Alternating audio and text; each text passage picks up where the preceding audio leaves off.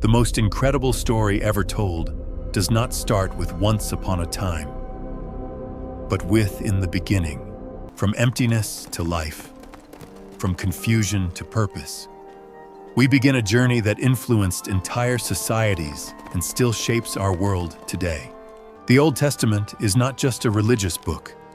It tells the powerful story of people in search of meaning.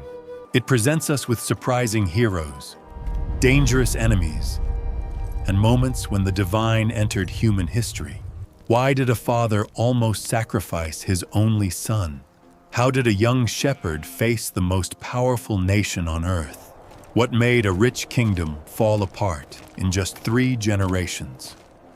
From the beginning of time to a people forced to leave their land, we will see how small actions caused great consequences, how incredible promises were fulfilled in unexpected ways, and how an imperfect nation carried a message of hope for everyone.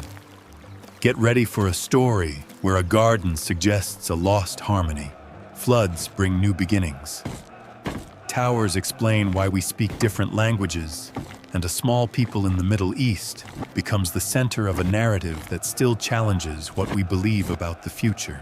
This is the extraordinary story of the Old Testament, a place where the impossible meets the daily life, where the divine connects with humanity, and where ancient events help to explain the present. Our adventure begins in the first instant of time, when existence itself had its beginning. The book of Genesis begins with these words: "In the beginning, God created the heavens and the earth." Before this moment, only God existed, eternal, without beginning or end, with intention and power. He created everything around us. The Bible explains that the earth, in the beginning, was without form and empty, with darkness covering the abyss, while the Spirit of God hovered over the waters.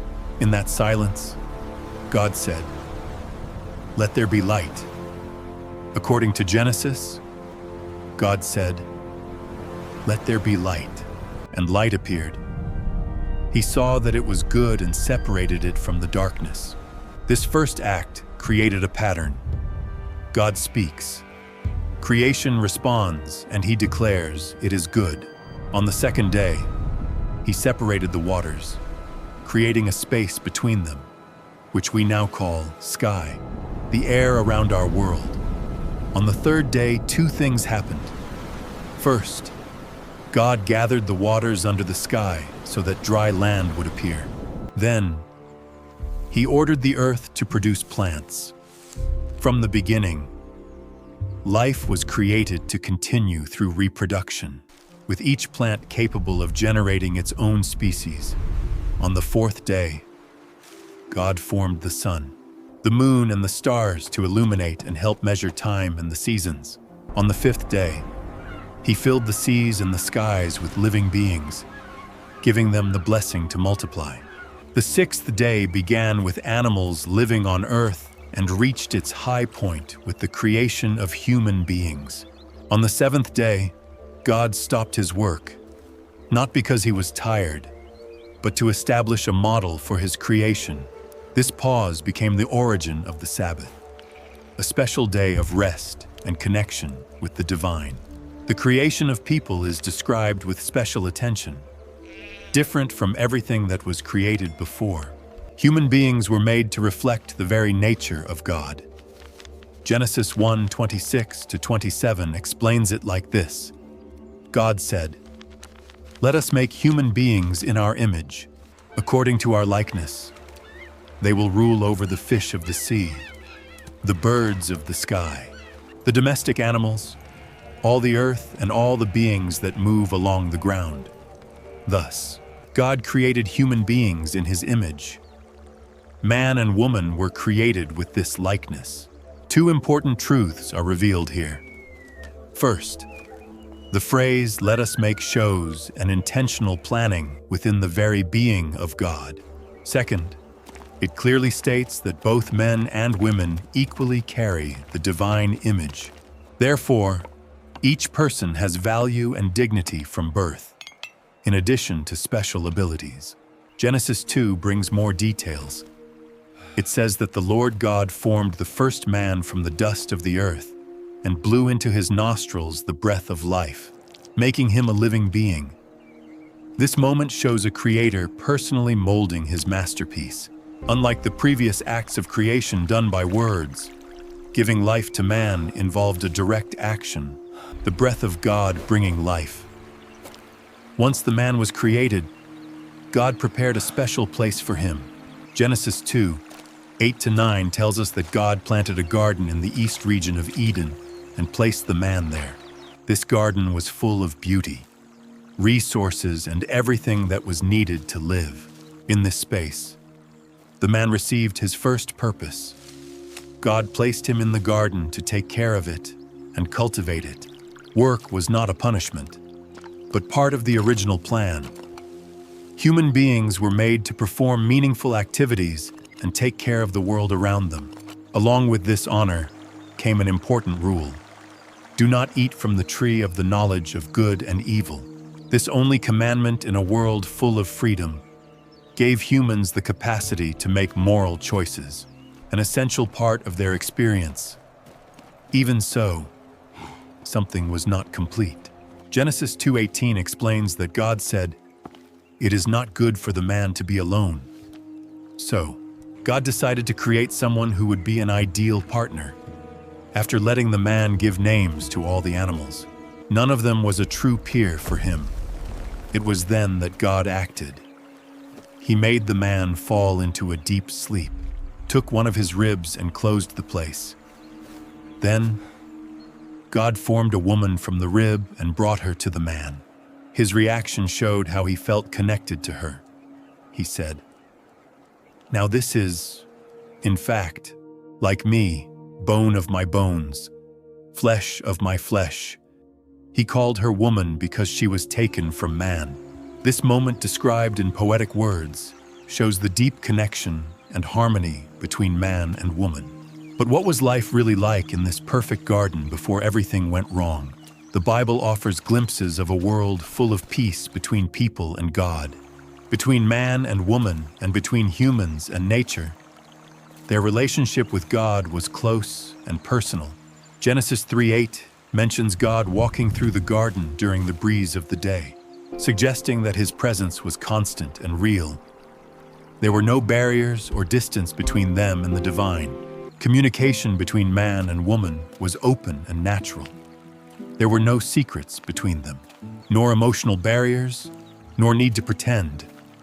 As Genesis 2:25 says, they were naked and felt no shame, showing a bond free of pretense or fear of judgment.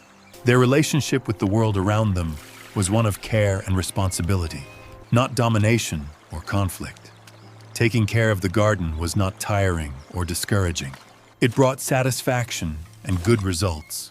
The earth responded gently to their attention. Death was not yet part of the human experience. Life was full of provision, not lack. There was no struggle for food, nor fear of the future. The garden gave them everything they needed to live well and with contentment. Even so, their lives had purpose. They received tasks, roles, and moral decisions to make. At the center of the garden was the tree of the knowledge of good and evil, a limit that reminded them that, although made in the image of God, they were not divine.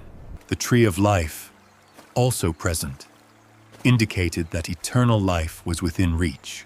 Death existed as a possibility, but it was not the certainty that it would become later. In this ideal environment, the first man and the first woman lived in shalom, a deep peace that involved all areas of life, body, mind, relationships, and spirit. This was the life that God had planned for humanity. But this harmony in Eden would not last. In Genesis 3, a new figure appears. The serpent was more cunning than any wild animal that God had created. It said to the woman, "Did God really say that you cannot eat from any tree here?" The deceiver's tactic was to distort God's words, making it seem that the ample divine permission was, in reality, a severe prohibition. This change in language was intended to generate doubt about God's intentions. The woman tries to correct it, but already shows signs of the serpent's influence by adding to what God had said and softening the warning. Then, the serpent directly challenges God's statement. You will not die. God knows that when you eat, your eyes will open and you will be like him, knowing good and evil. This accusation presents God as someone who hides something valuable out of selfishness. The next part shows how temptation acted in the woman's heart. She saw that the tree's fruit looked delicious, was beautiful, and promised wisdom. So she took it and ate. She also gave some to the husband who was with her, and he ate. The attraction to the fruit had three sides. It pleased the body, the eyes, and the mind. But choosing to eat it meant much more than breaking a rule. This act was not just disobedience. It was a choice of spiritual independence, to reject God's authority and decide for themselves what was right and wrong. An important point is that Adam was present during the conversation with the serpent, but remained in silence. He did not protect or guide, and later participated in the act voluntarily. The fall was immediate. After eating the fruit, the two realized they were naked and sewed fig leaves to make clothes. What they discovered did not bring freedom, nor deeper truth, but a sensation of exposure and shame. Their first attitude, covering themselves, represents all subsequent human efforts to hide flaws and seem strong while feeling broken inside. The consequences of their choice were immediate and deep. In Genesis 3:8 appears the first spiritual result. The man and the woman heard the Lord God walking through the garden in the breeze of the evening and hid among the trees. A relationship once marked by proximity was now full of fear and distance. God called, "Where are you?" This question was not about location. It was an invitation to honesty and reflection. But instead of assuming their acts, they avoided responsibility and blamed others. Adam blamed both the woman and God. The woman whom the Lord gave me the fruit, and I ate. The woman blamed the serpent. The serpent deceived me. That is why I ate. God then gave each of them a specific judgment, starting with the serpent. I will make you and the woman enemies, and her descendants will fight against yours. Her descendant will crush your head, and you will strike his heel. This first promise of rescue shows that evil would be defeated, even if it caused pain to the one who would bring the victory. The woman's punishment involved pain in giving birth and difficulties in her relationship with her husband. The man's judgment was the longest. His work would now be difficult. The earth would resist him, and in the end, he would die. Even so, God's compassion showed itself even in the midst of punishment. He made clothes of animal skin to cover them, suggesting the first death of an animal to cover the human failure. Finally, they were expelled from Eden, not just as punishment, but also as protection, keeping them from reaching the tree of life, prevented them from living forever in a corrupted state, now guarded by heavenly beings. The garden became a powerful memory of what was lost and of the hope for something better, possible only with God's help. Outside of Eden, human history began.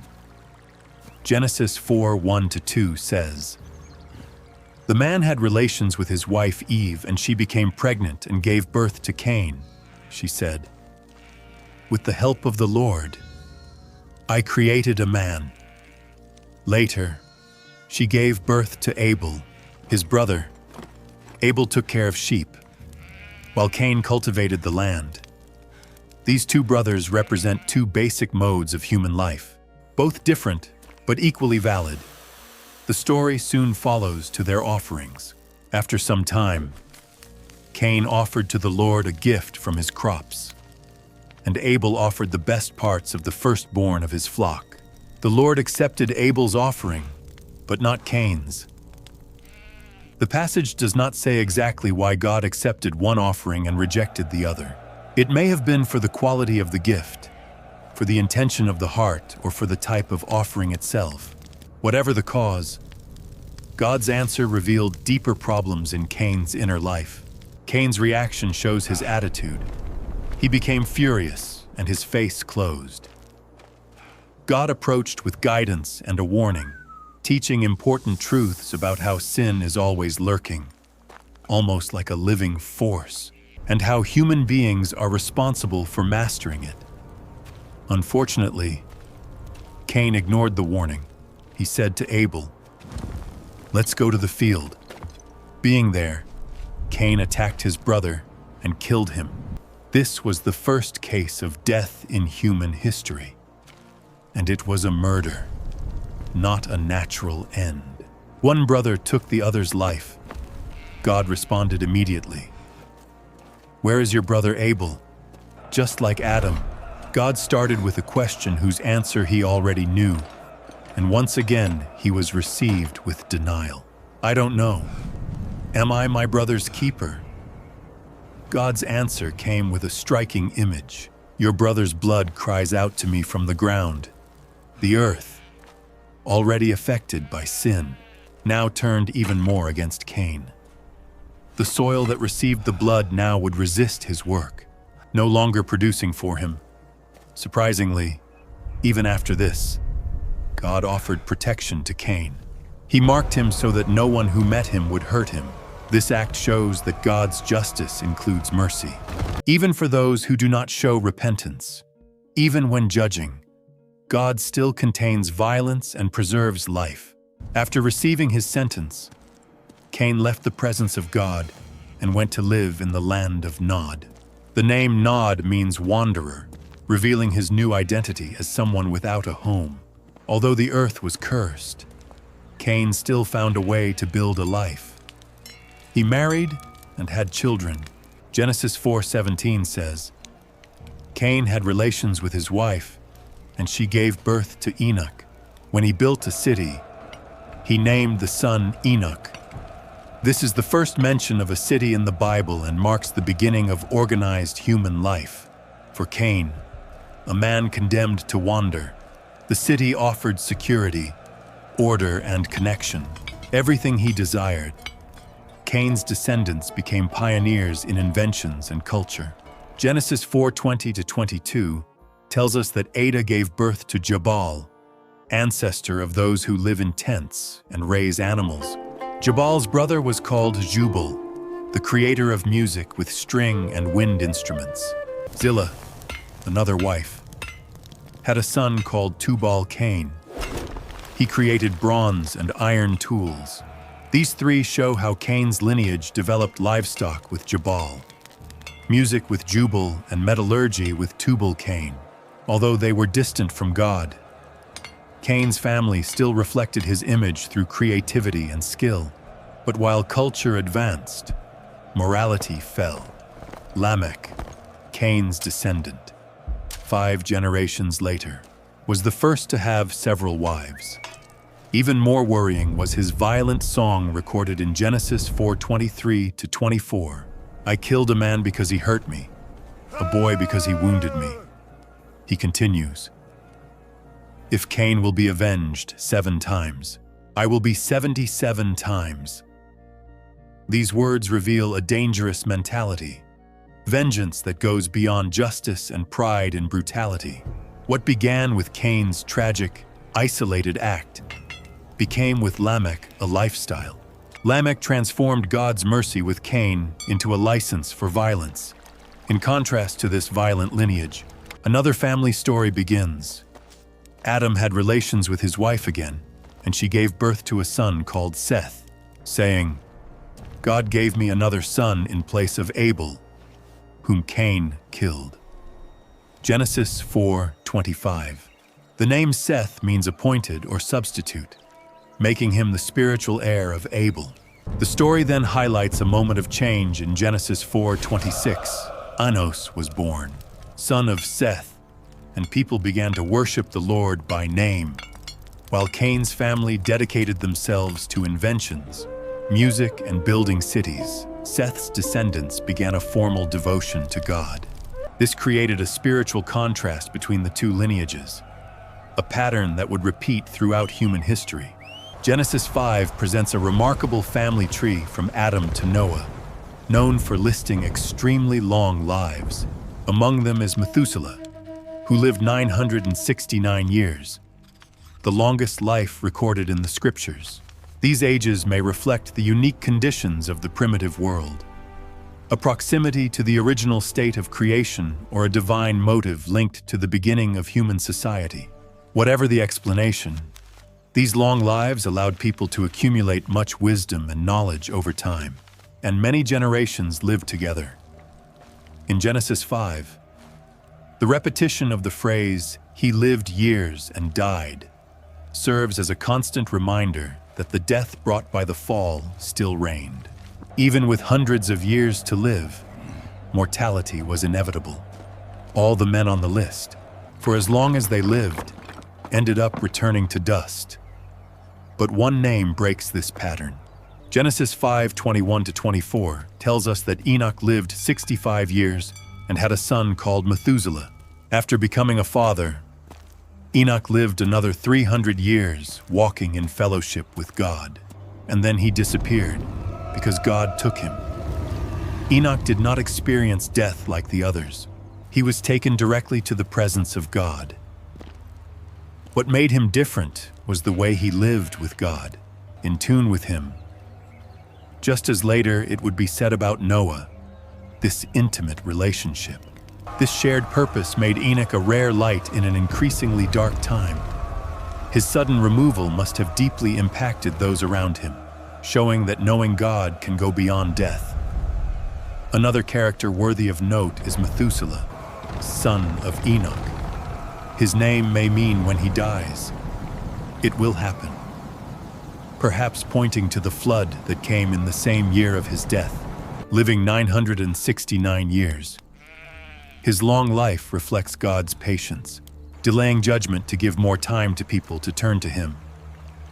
This lineage also connects Noah directly to Seth, the faithful branch, in contrast to Cain's increasingly violent and worldly line. So, when Noah appears in Genesis 6, his past already shows that he came from a heritage marked by proximity to God. As more people filled the earth, evil also multiplied rapidly.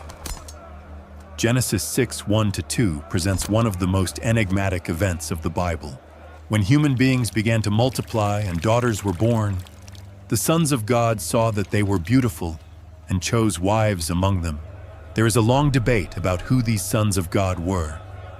The main theories include fallen angels who took human form, powerful kings who took many wives or descendants of Seth, marrying women from Cain's lineage, mixing faithful families with unfaithful ones. Regardless of the interpretation, the result was disastrous. Genesis 6:5 says, "The Lord saw that human wickedness had spread everywhere, and that every thought of the heart was continuously evil." This does not just speak of actions, but of a deep corruption in human nature, where even thoughts and desires were distorted and always inclined to evil. God's reaction to so much evil was of deep sadness. Genesis 6:6 says, "The Lord repented of having made human beings on earth, and it cut his heart."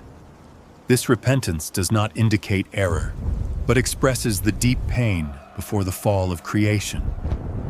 The use of human language shows how much God took this level of wickedness seriously. The decision that came later was equally serious. "I will eliminate from the face of the earth the human beings I created, people, animals, crawling creatures, and birds, for I repent of having made them." God said in Genesis 6:7, this judgment included not only humans, but also all living creatures under his care, showing how creation has always been linked to humanity from the beginning. But in the midst of all this ruin, a hope arose. Noah found grace in the eyes of the Lord. Genesis 6:8. This grace, an undeserved favor, was the starting point for the salvation of the human race.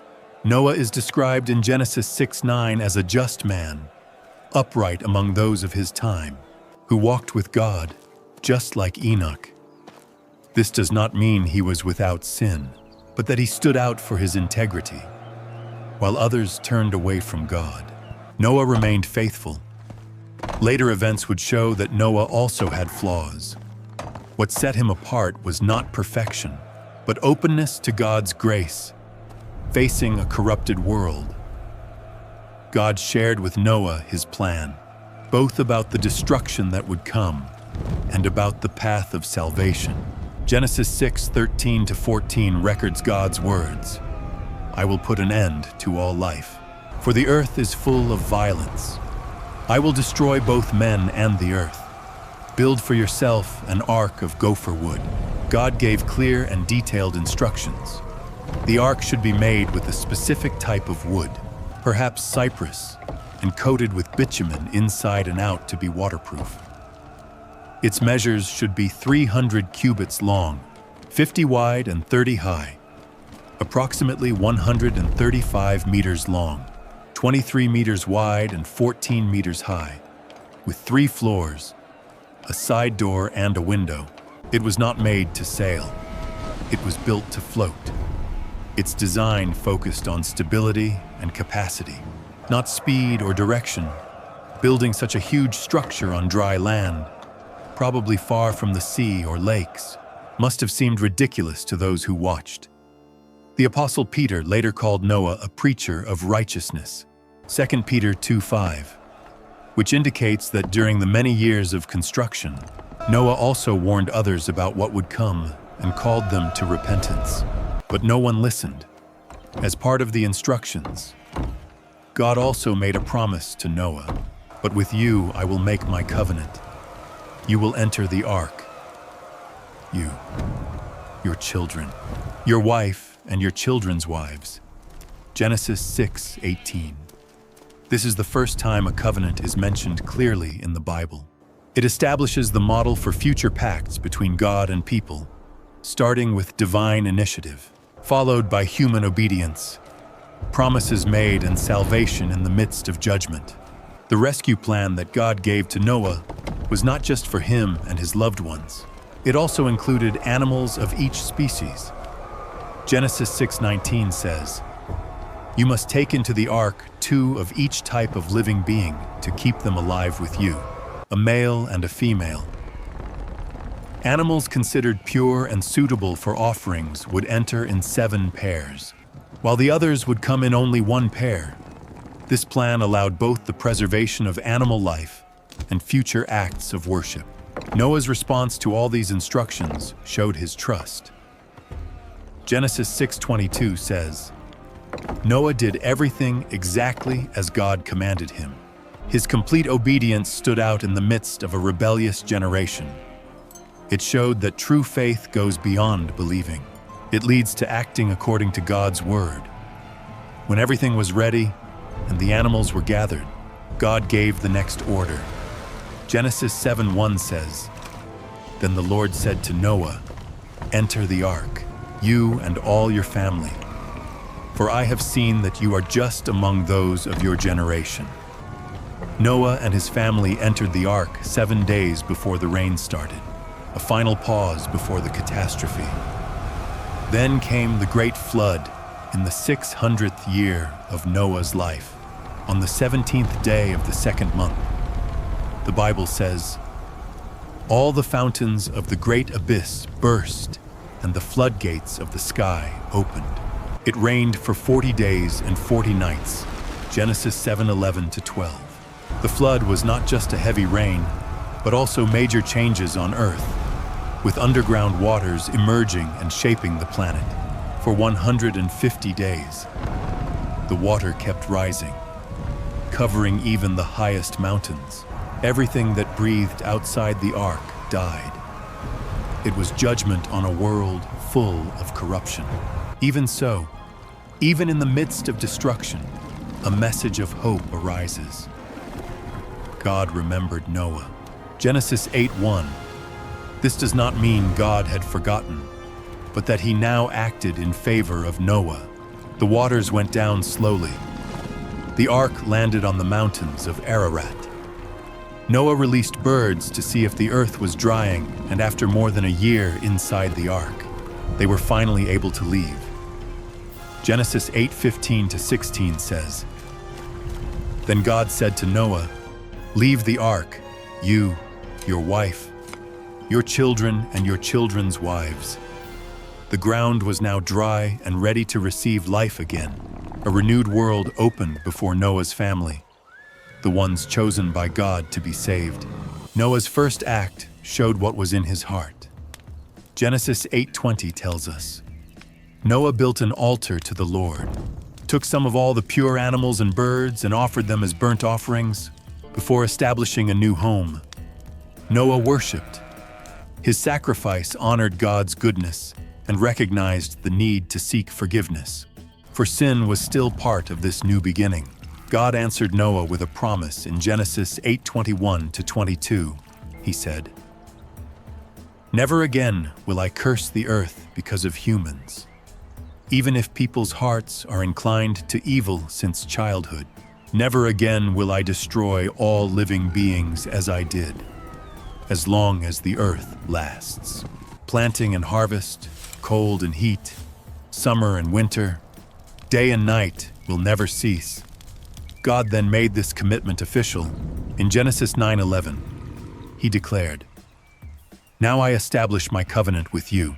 Never again will all life be destroyed by the waters of the flood. Never again will there be a flood to destroy the earth." As a sign of this promise, God placed a rainbow in the sky. This visible reminder would speak to future generations about God's faithfulness. The covenant also came with new instructions.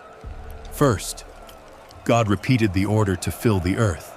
Second, he allowed humans to eat meat with one condition, but do not eat meat with blood, which is its life. Genesis 9:4. Third, God gave the first law about murder. Genesis 9:6 says, "Whoever sheds human blood by humans will have his blood shed, for God made human beings in his image." This covenant included blessings for all humanity, reliable seasons, varied food sources, and basic rules of justice, all essential for society to grow in a world still marked by sin. Even Noah, faithful and close to God, was not perfect. Genesis 9:20-21 tells us, "Noah became a farmer, planted a vineyard, drank wine, got drunk and was naked inside his tent." This story shows that even people of great faith can stumble. The way his children reacted reveals their values. Genesis 9:22 says, "Ham, father of Canaan, saw his father's nakedness and told his two brothers who were outside." Ham's behavior demonstrated a lack of respect for Noah's dignity. But Genesis 9:23 describes what Shem and Japheth did. They took a cloak, placed it on their shoulders, walked backwards, and covered their father. They kept their faces turned so as not to see him. Their actions reflected respect and care, even in an embarrassing moment for their father. When Noah discovered, he responded with a prophetic message. In Genesis 9:24-27, he said, "Cursed be Canaan. He will be the lowest servant of his brothers. Blessed be the Lord, God of Shem. May Canaan be his servant. May God enlarge Japheth's territory, and may he live in Shem's tents with Canaan as their servant." Curiously, the curse fell on Canaan, son of Ham. This may point to what the Canaanite people would become in the future. Over time, this prophecy was fulfilled when the Israelites, descendants of Shem, defeated the Canaanites. The blessings for Shem and Japheth also carry deep meanings. The mention of the Lord God of Shem points to the special role that Shem's descendants would have in God's plan. The blessing also suggested the future expansion of Japheth's family, later linked to Indo-European peoples. This brief episode had a lasting impact. establishing patterns that would echo throughout the Bible, showing how honoring or dishonoring authorities can shape future generations. Genesis 10 brings a detailed account of how humanity spread after the flood. This list of Noah's descendants helps to understand the origins and connections of ancient peoples. The chapter begins with "These are the descendants of Noah's sons, Shem, Ham, and Japheth. Children were born to them after the flood." Genesis 10:1. The genealogy follows each family line in order.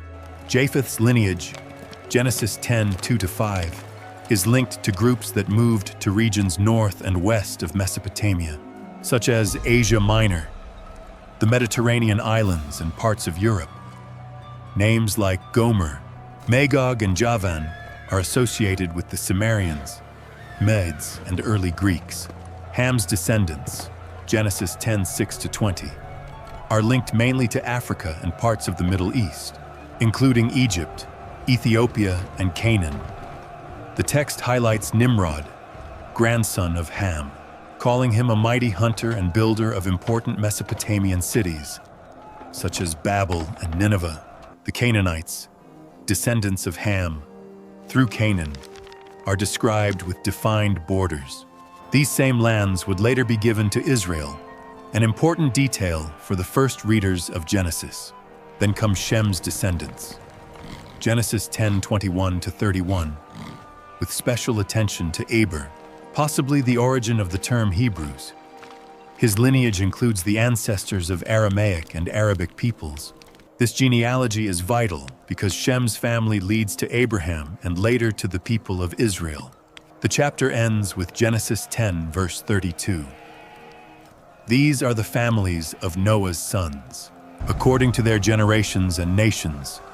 From them, the nations spread across the earth after the flood. This list shows that all peoples came from the same origin, Noah, and before him, Adam. It fulfilled several purposes, placed Israel among other nations, explained their relationships, provided a historical basis for future conquests, and prepared Abraham's call as the one through whom all the families of the earth would be blessed. While Genesis 10 shows how people spread out, Genesis 11 explains why this happened. It begins with this statement: "The whole earth had one language and the same words." Genesis 11:1. With a common language, people could work together without limitations. One group moved east and settled on the plain of Shinar in Mesopotamia. There, their unity led to a bold plan. Genesis 11:4 says they said, "Let's build a city with a tower that reaches the sky. Let's make a name for ourselves, so that we are not scattered across the earth." This construction project revealed deeper problems. The idea of a tower reaching the heavens indicated not just advanced knowledge, but also a desire to equal God. The goal of making a name for ourselves demonstrated human pride. The most revealing was their motive, so that we are not scattered. This went against God's order in Genesis 9:1 to scatter and fill the earth. God's response has an ironic tone. The Lord came down to see the city and the tower that the men were building. Genesis 11:5. This shows the contrast between what humans found impressive and how small it was in God's eyes. God's concern was clear. He recognized the danger of a humanity united in rebellion. Look, they are one people with one language. This is only the beginning. Nothing they plan will be impossible for them, he said in Genesis 11:6. God's intervention was not just a punishment. It was a way to stop the growth of collective evil. "Let's go down and confuse their language so they won't understand each other," declared God. As a result, the Lord scattered them across the earth and they stopped building the city. Genesis 11:7-8. The different languages created divisions that ended the project. The place was called Babel, which means confusion, and became an enduring symbol of the failure of human pride before God's authority. Even so, spreading the peoples was also an act of mercy. It prevented evil from spreading unchecked and encouraged the emergence of unique cultures, each contributing differently to the world. Ironically, their desire to make a name for themselves was realized, but as a reminder of the failure of human ambition before God's superior plan. After Babel, the story becomes more specific from all peoples to a single family. Genesis 11:10-32 presents a genealogy that links Shem's descendants to Terah and his sons, one of whom was Abram, later called Abraham. This shows Abraham as part of Shem's blessed lineage linked to Noah's promise, and as one of the few who still knew the true God in a world that was turning to idols. Initially, Terah leads the family out of Ur in Babylonia, bound for Canaan, but they stop in Haran. There Terah dies, and Abraham's journey begins with 75 years and living in Haran. Abraham receives a call that changes the whole history of redemption. Genesis 12:1-3 records, "The Lord said to Abram, 'Leave your land, from among your relatives and your father's house, and go to the land that I will show you. I will make you a great nation. I will bless you and make your name famous. Be a blessing. I will bless those who bless you and curse those who curse you. Through you, all the families of the earth will be blessed.'" This call asked that Abraham leave three pillars of his identity: his land, his people, and his family, abandoning everything that gave him a sense of belonging. God's promises covered three important areas: land, the land I will show you; descendants, a great nation, which was surprising, since Sarai could not have children, and blessing, both personal and global, since through Abraham the whole world would be blessed. This final promise stands out especially after the events of Babel. After the dispersion, God began to gather and heal humanity, not through human efforts like the tower, but through his own plan, starting with a specific man. Abraham's reaction is told in few words. So, Abram left as the Lord had ordered him. Genesis 12:4. The story mentions no hesitation, only that Abraham obeyed immediately, showing great faith. Later, Hebrews 11:8 explains it like this: "By faith, Abraham obeyed and left for a place he would receive later, even without knowing where he was going." Already in Canaan, Abraham receives another confirmation. God appeared to him and said, "I will give this land to your descendants." Genesis 12:7. The promised land was now clearly identified as Canaan, the same region inhabited by Canaan's descendants, who had been cursed by Noah. Abraham responded by building an altar, one of the many he would raise during his life in the land.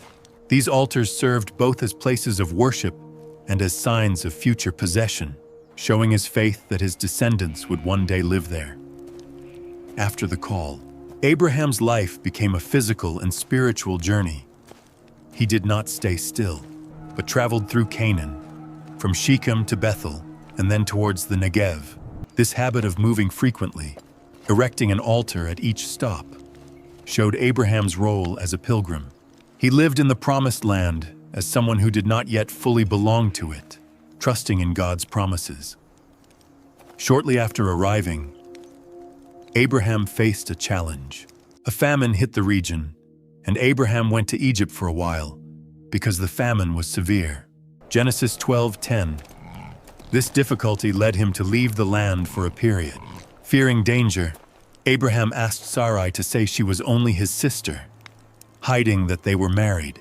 As expected, Sarai's beauty caught the attention of the nobles of Egypt, and she was taken to the Pharaoh's palace. Everything could have gone very wrong. Sarai, who was to be the future mother of a great nation, was now in the Pharaoh's house. But God intervened. The Lord sent terrible diseases upon Pharaoh and his house because of Sarai, Abraham's wife. Genesis 12:17. After this, Abraham returned to Canaan. There another problem arose. The land could not sustain Abram's and Lot's groups, and their workers began to argue. Abraham showed kindness and faith by letting Lot choose first. Lot chose the fertile Jordan Valley and ended up living in Sodom. After Lot's separation, God reaffirmed his promise. Look around you in all directions, north, south, east, and west. All the land you see will be yours and your descendants forever. Genesis 13:14-15.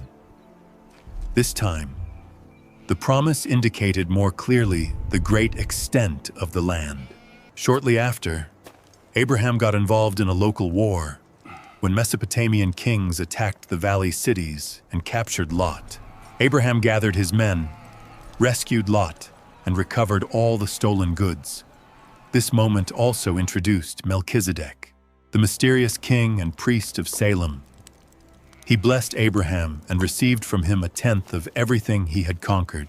Then, God made a formal agreement with Abraham through a solemn ritual. Animals were split in half, and a burning torch passed between them. Genesis 15:18 says, "On that day, the Lord made a covenant with Abram, saying, I give this land to your descendants, from the river of Egypt to the great river Euphrates." This event showed that only God assumed the responsibility to fulfill this promise forever. Each memory of this agreement helped Abraham to trust more deeply, while he continued his long walk through a land that would one day belong to his family. His life at home, however, showed both his strong faith and his human weaknesses. The biggest problem was the lack of children. Sarai, his wife, had not been able to give him a son. Genesis 16:1 tells that after 10 years in Canaan, without a child, Sarai said something common at that time. "The Lord prevented me from having children. Sleep with my servant. Perhaps I can have a child through her." Genesis 16:2 explains that Abraham agreed, and Sarai's Egyptian servant, Hagar, became pregnant. The problem started soon after. When Hagar learned she was expecting a child, she began to despise Sarai. Genesis 16:4 describes how the situation quickly became bitter between them. Sarai treated Hagar so badly that she fled into the desert. There, a messenger of God found her and told her to return and obey Sarai. He also gave her a promise. "I will give you so many descendants that they cannot be counted." Genesis 16:10.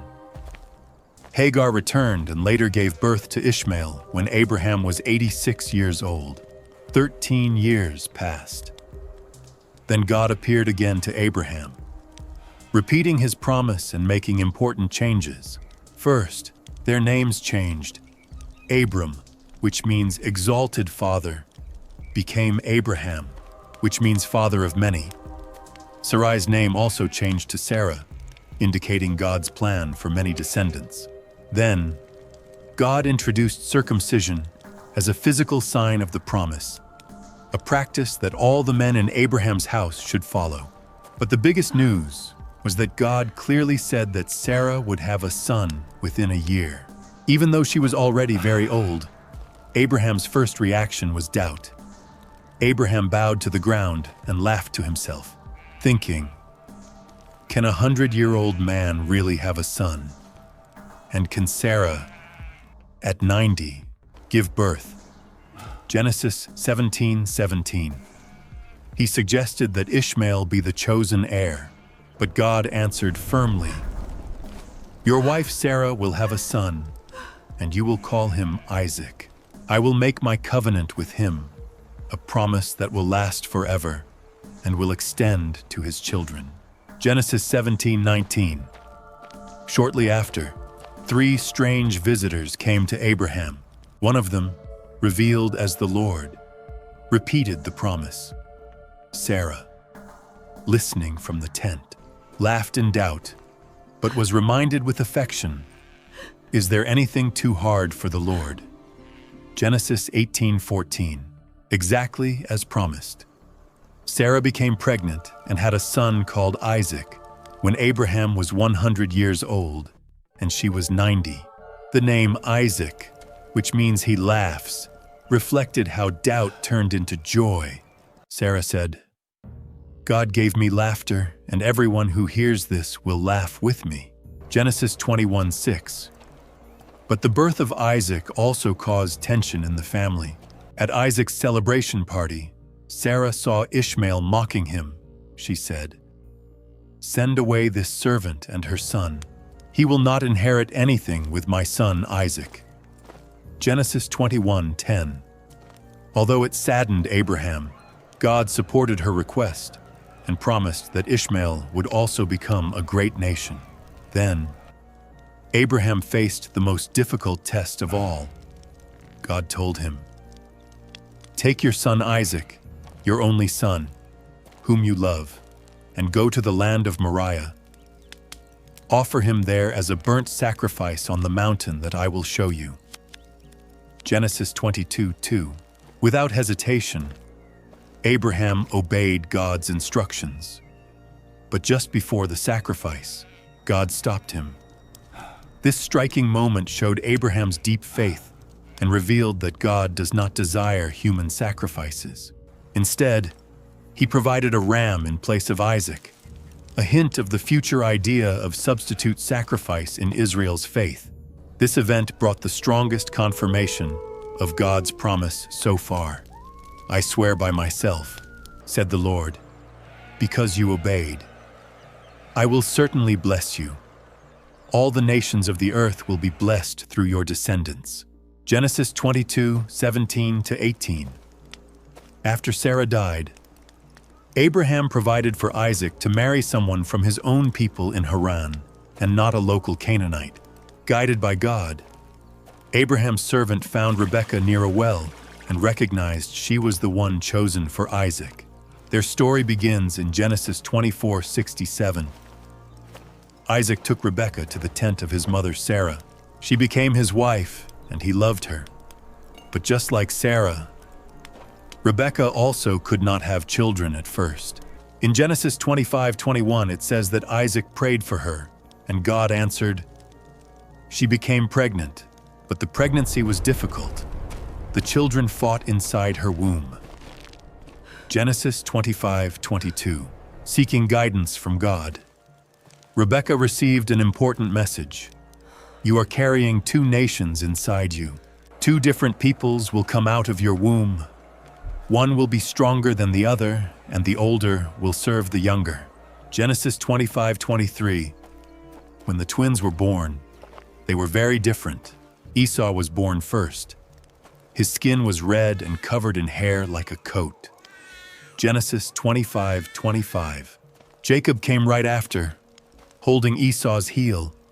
Their appearance already indicated how their personalities and paths would be in the future. As they grew, Esau became a skilled hunter who lived outdoors. Jacob was calm and stayed home in the tents. Genesis 25:27. Even the parents had preferences. Isaac preferred Esau because he liked the game meat he brought, while Rebekah loved Jacob more. Genesis 25:28. This favoritism prepared the way for problems in the future. The first major conflict happened when Esau returned from the fields exhausted and hungry. Jacob was preparing a stew and saw a chance to make a deal. "Sell me your birthright," he said. Genesis 25:31. Esau, focused on hunger and not the future, answered, "I'm almost dying anyway. What use is the firstborn right to me?" Genesis 25:32. By trading it so easily, Esau showed that he did not value it. Genesis 25:34. Years passed, when Isaac was already elderly and almost blind. He planned to bless Esau. Rebekah, remembering what God had said, came up with a plan.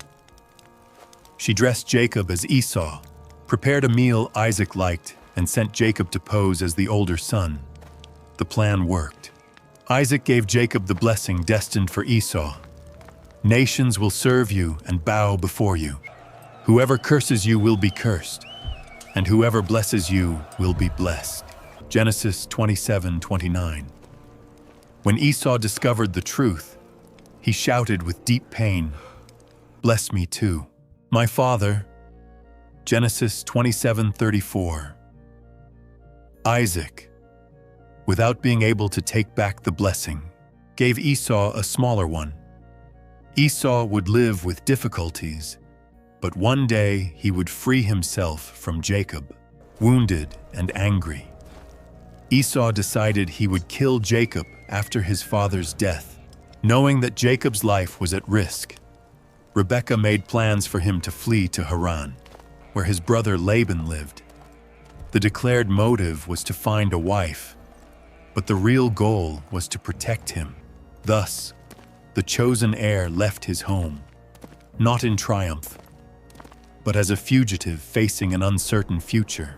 This family drama shows how God carries out his will even when people act wrongly, with favoritism, manipulation, and lies. None of these actions was right, but all became part of the promise made even before the twins' birth. On the way to Haran, Jacob had a remarkable spiritual experience in a place that was later called Bethel. He dreamed of a ladder connecting earth to heaven, with angels going up and down. Genesis 28:12. At the top was God, confirming the promise made to Abraham. "I am the God of your grandfather, Abraham, and your father, Isaac. This land where you are sleeping will be yours and your descendants." Genesis 28:13. When he woke up, Jacob realized the place was sacred. "God is really here and I didn't know," he said. Genesis 28:16. He built a stone pillar and made a vow, asking for God's protection on his journey. It was a sign that his faith was starting to grow, even if it was not yet mature. Upon arriving in Haran, Jacob met Rachel, Laban's daughter, and fell in love quickly. He offered to work 7 years to marry her, but because of the love he felt, time passed quickly. Genesis 29:20. But Laban deceived him on the wedding night. He gave Jacob Leah, Rachel's older sister.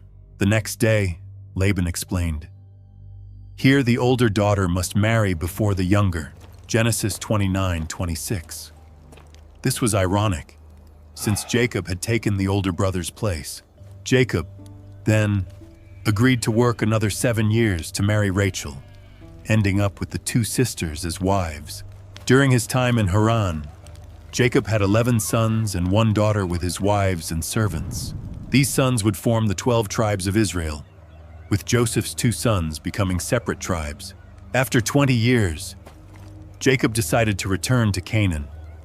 Laban did not want to lose him, as Jacob's work brought him much success. Jacob left in secret, and when Laban caught up with him, they made peace with a stone marker called Gald. But Jacob's biggest fear was meeting Esau again, the brother who once threatened to kill him. He sent messengers ahead and learned that Esau was coming with 400 men, terrified. Jacob divided his group in 2 to protect them.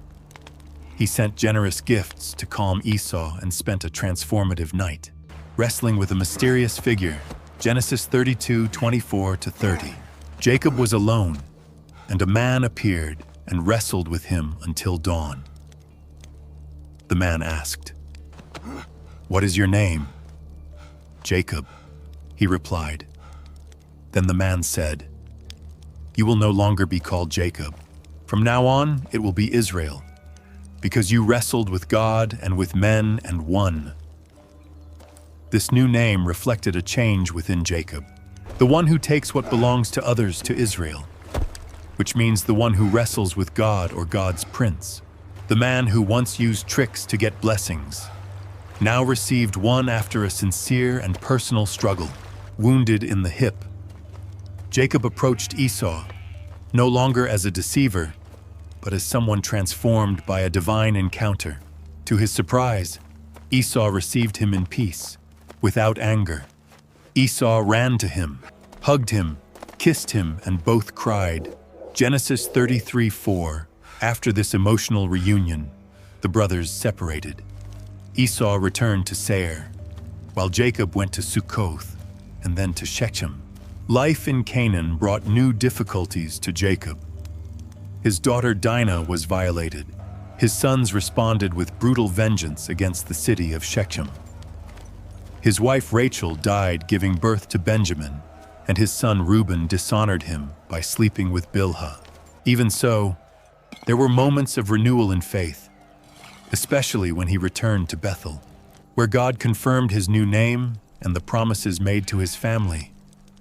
Of Jacob's 12 sons, Joseph was his favorite. Israel loved him more than the others, because he was born in his old age and gave him a special tunic of many colors. Genesis 37:3. This favoritism, together with Joseph's dreams about ruling his family, caused deep envy in his brothers. They couldn't even speak to him in a friendly way. Genesis 37:4. Envy exploded when Joseph was sent to see his brothers in a distant pasture. "Heidi, here comes the dreamer," they said. "Let's kill him and throw him in a pit." Genesis 37:19-20. Reuben intervened to prevent Joseph's death, suggesting they throw him alive into a pit, planning to rescue him later. But before he could act, Judah suggested selling him to a group of Ishmaelite merchants for 20 silver coins. They sold him, and Joseph was taken to Egypt to hide the truth. They soaked Joseph's colorful tunic in goat's blood and delivered it to Jacob, who believed a wild beast had killed his son. In Egypt, Joseph was sold to Potiphar, an officer of Pharaoh. With God's help, Joseph had success. Potiphar realized that the Lord was with Joseph and made everything prosper in his hands. Genesis 39:2-3. Impressed, Potiphar put Joseph in charge of his whole house. Joseph's situation changed drastically when Potiphar's wife tried to seduce him. He refused repeatedly, saying, "How could I do something so wrong and sin against God?" Genesis 39:9. After being rejected, she falsely accused him of attempted abuse, which led Joseph to prison. Even in prison, God remained with Joseph, showed him kindness, and helped him win the jailer's trust. Genesis 39:21. Over time, the jailer put Joseph in charge of the other prisoners. During this period, Joseph interpreted the dreams of two of Pharaoh's officials, the chief cupbearer and the chief baker. His interpretations were confirmed. The cupbearer was restored to his position, while the baker was executed. Joseph asked the cupbearer to mention his case to Pharaoh, but he completely forgot. Genesis 40:23.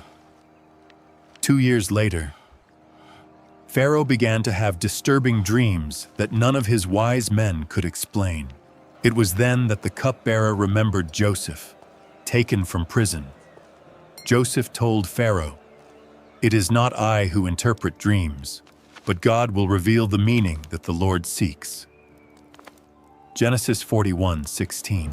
He explained that the dreams predicted 7 years of abundance followed by 7 years of famine. Joseph advised Pharaoh to appoint someone wise to manage food during the good years. Pharaoh was so impressed by Joseph's wisdom that he chose him for the position. "That I put you in charge of all the land of Egypt," he declared. Genesis 41:41. At only 30 years old, Joseph went from prisoner to governor. Pharaoh gave him a royal ring, fine clothes, a gold necklace, a war chariot, and a new Egyptian name, Zaphanath Paneah. Joseph also married Asenath, a woman from a noble family, and had 2 sons, Manasseh and Ephraim. As predicted, Egypt experienced 7 years of abundance, followed by a severe famine that hit other lands. When food ran out in Canaan, Jacob sent 10 of his sons to buy supplies in Egypt, keeping Benjamin, the youngest, at home. The brothers did not recognize Joseph, now an Egyptian leader. but he recognized them. Without revealing his identity, Joseph accused them of espionage and demanded they bring their younger brother to prove their honesty. He kept Simeon imprisoned and secretly returned the payment inside the cereal bags. With the famine worsening, Jacob allowed Benjamin to go with Judah, personally guaranteeing his safety. On the return, Joseph invited them to a meal. Seeing Benjamin, he was moved and prepared a final test. He had his silver cup hidden in Benjamin's bag and then accused them of theft. When Benjamin was caught, Judah stepped forward and offered to stay in his place as a slave, saying his father would not bear losing another of Rachel's sons. Judah's willingness to sacrifice himself showed how much he and his brothers had changed, especially considering he was the one who suggested selling Joseph. Deeply touched, Joseph finally revealed his identity. "I am Joseph, your brother, the one you sold as a slave to Egypt." Genesis 45:4. Seeing the brothers' fear and shock, Joseph reassured them and explained that everything had happened for a greater purpose. "Do not blame yourselves for selling me. It was God who sent me ahead of you to save lives," he said. Genesis 45:5. Joseph then invited the whole family to live in Egypt under his care, as there were still 5 years of famine left. With Pharaoh's approval, Jacob and his family, 70 people in all, moved to Egypt and settled in Goshen, a fertile and rich land. The reunion between Jacob and Joseph was full of emotion. Now that he had seen his son alive, Jacob said, "Can I die in peace?" Genesis 46:30. He lived another 17 years in Egypt, during which he blessed all his sons, giving special attention to Joseph's 2 sons, treating them as his own before dying.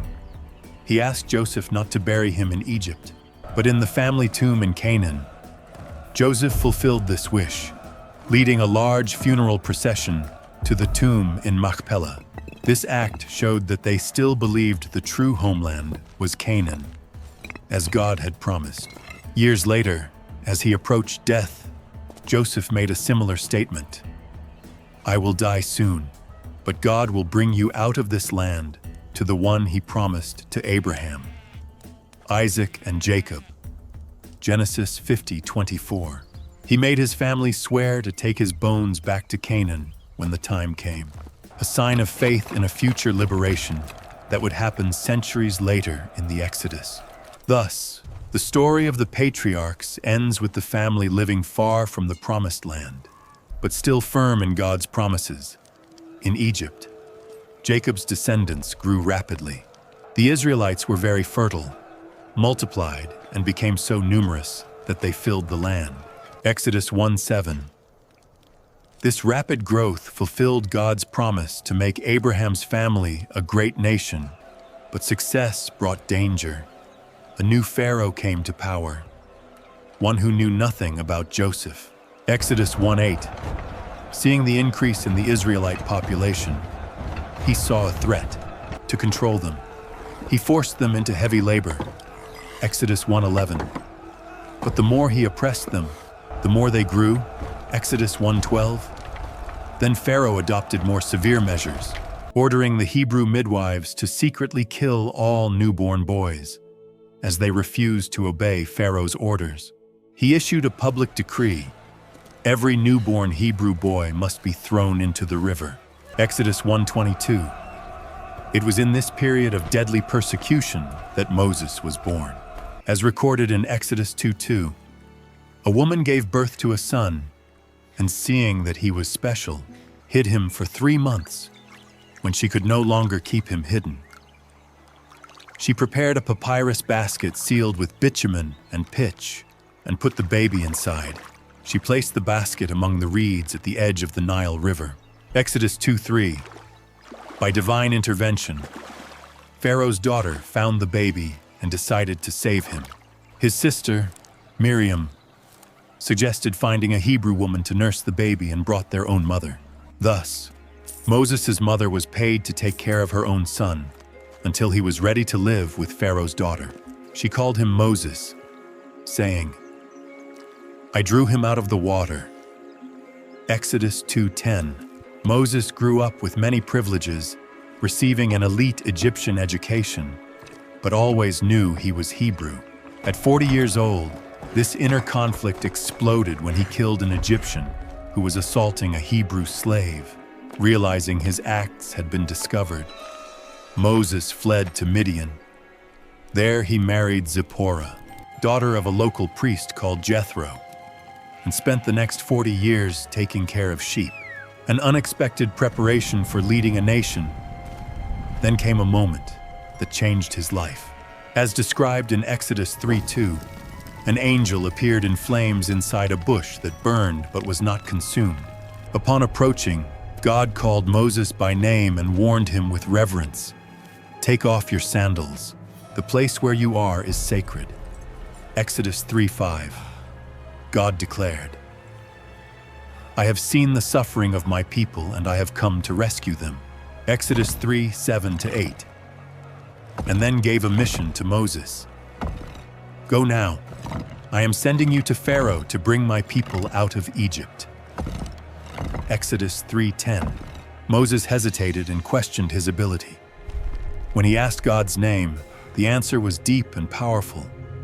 "I am who I am. Tell Israel that I am sent you." Exodus 3:14. This name reveals an eternal and immutable being. Even so, Moses still resisted. Then, God appointed his brother Aaron to speak in his place. Back in Egypt, Moses and Aaron gathered with the elders of Israel, performed signs, and announced God's plan of liberation. The people believed at first. But when Moses told Pharaoh, "Let my people go," Exodus 5:1, Pharaoh responded with contempt. "Who is the Lord? I don't know him, and I won't let Israel leave." Exodus 5:2. He reacted by making the work even heavier, forcing the Hebrews to produce the same number of bricks without providing straw. The people revolted against Moses, and he, distressed, cried out to God, starting to understand that liberating others would not be fast nor easy, and not everyone would support him, not even those he wanted to save. God answered Moses' cry firmly. "Now you will see what I will do to Pharaoh. With a powerful hand, he will let them go." Exodus 6:1. It was time for God's power to reveal itself extraordinarily. The first plague started after Pharaoh rejected the request for liberation. Moses touched the Nile River with his staff, and as is written in Exodus 7:20-21, all the water turned to blood. The fish died, and the river had a terrible odor. This hit directly the Nile, considered sacred by the Egyptians. But Pharaoh's heart remained hardened, and the second plague came. Frogs came out of the river and invaded the land. This plague challenged Hecate, goddess of fertility. Pharaoh begged for the plague to stop, promising to liberate the people. But as soon as the frogs disappeared, he broke the promise. The third plague came without warning. The dust of the earth turned to lice or mosquitoes, covering people and animals. This time, the magicians of Egypt could not reproduce the sign.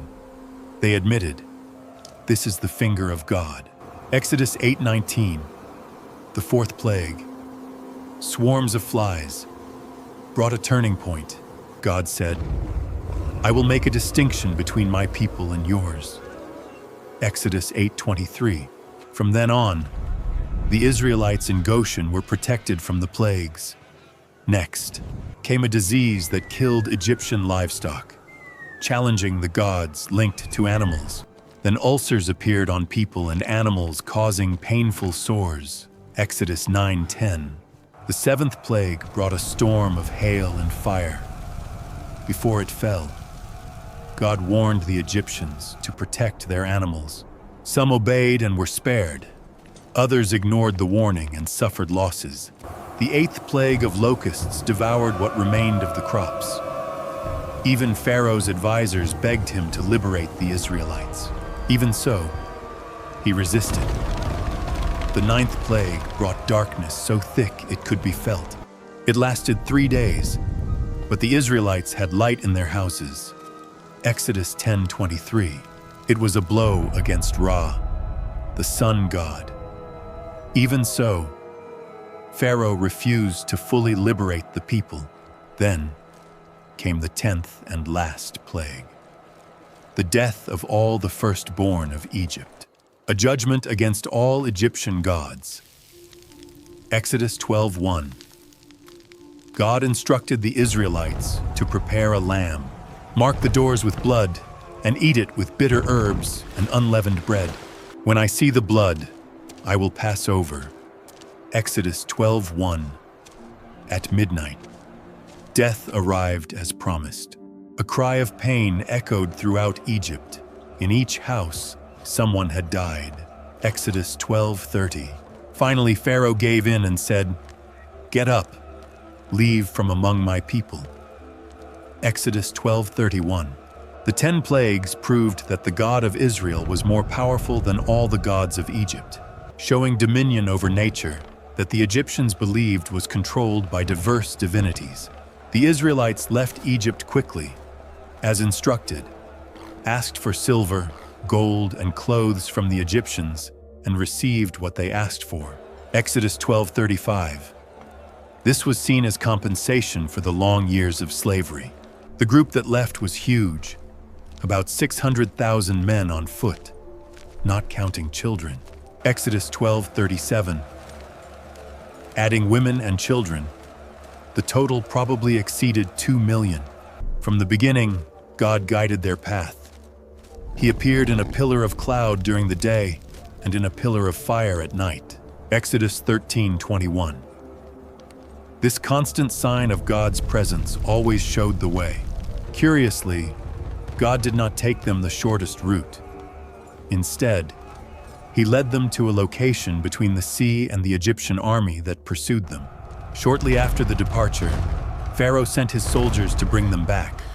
When the Israelites saw the army approaching, they were terrified. "You brought us here just to die. Weren't there enough graves in Egypt?" Exodus chapter 14, verse 11. But Moses remained calm and said, "Don't be afraid. Stand firm and see what God will do. He will fight for you." Exodus 14:13-14. What happened next was one of the most powerful miracles ever recorded. Exodus 14:21-22 says, Moses stretched out his hand over the sea, and God made a strong wind blow all night, pushing the waters back and creating a dry path. The water divided, and the people crossed on dry land, with walls of water on both sides. The Egyptians followed them along the path, but God confused their army.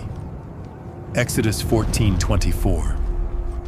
As soon as the Israelites arrived safely, the sea returned to its place, drowning Pharaoh's army, including his chariots and horsemen. Exodus 14:28. This moment showed God's total authority. The Israelites saw God's great power against Egypt and were filled with awe and trust. Exodus 14:31. To celebrate, Moses led the people in a song of praise, and Miriam led the women with dances and tambourines. This event became the most important memory of how God saved them, always being mentioned as proof of His power. But joy soon gave way to difficulties as they began life in the desert. Just 3 days later, they encountered a problem. They reached a place called Marah, but the water there was too bitter to drink. Exodus 15:23. The people complained to Moses, who prayed to God. God told him to throw a piece of wood into the bitter water. Moses obeyed, and the water became good to drink. This event started a repetitive pattern: difficulty, complaint, divine help, and spiritual lesson. The next stop was in Elim, a peaceful place with 12 water springs and 70 palm trees. Exodus 15:27. But this rest didn't last long. When the food brought from Egypt ran out, they complained again. God answered with two types of food. At night they would have meat. In the morning they would have bread. Exodus 16:12. Quails arrived at night, and in the morning a thin layer like frost covered the ground. This was the manna. Exodus 16:14. God gave clear instructions about the manna. Collect only what is necessary for one day. On the sixth day, gather double to rest on the Sabbath. These rules helped the people to trust God every day and to keep the Sabbath sacred. The Israelites lived eating manna for 40 years until they entered the land where other people already lived. Exodus 16:35.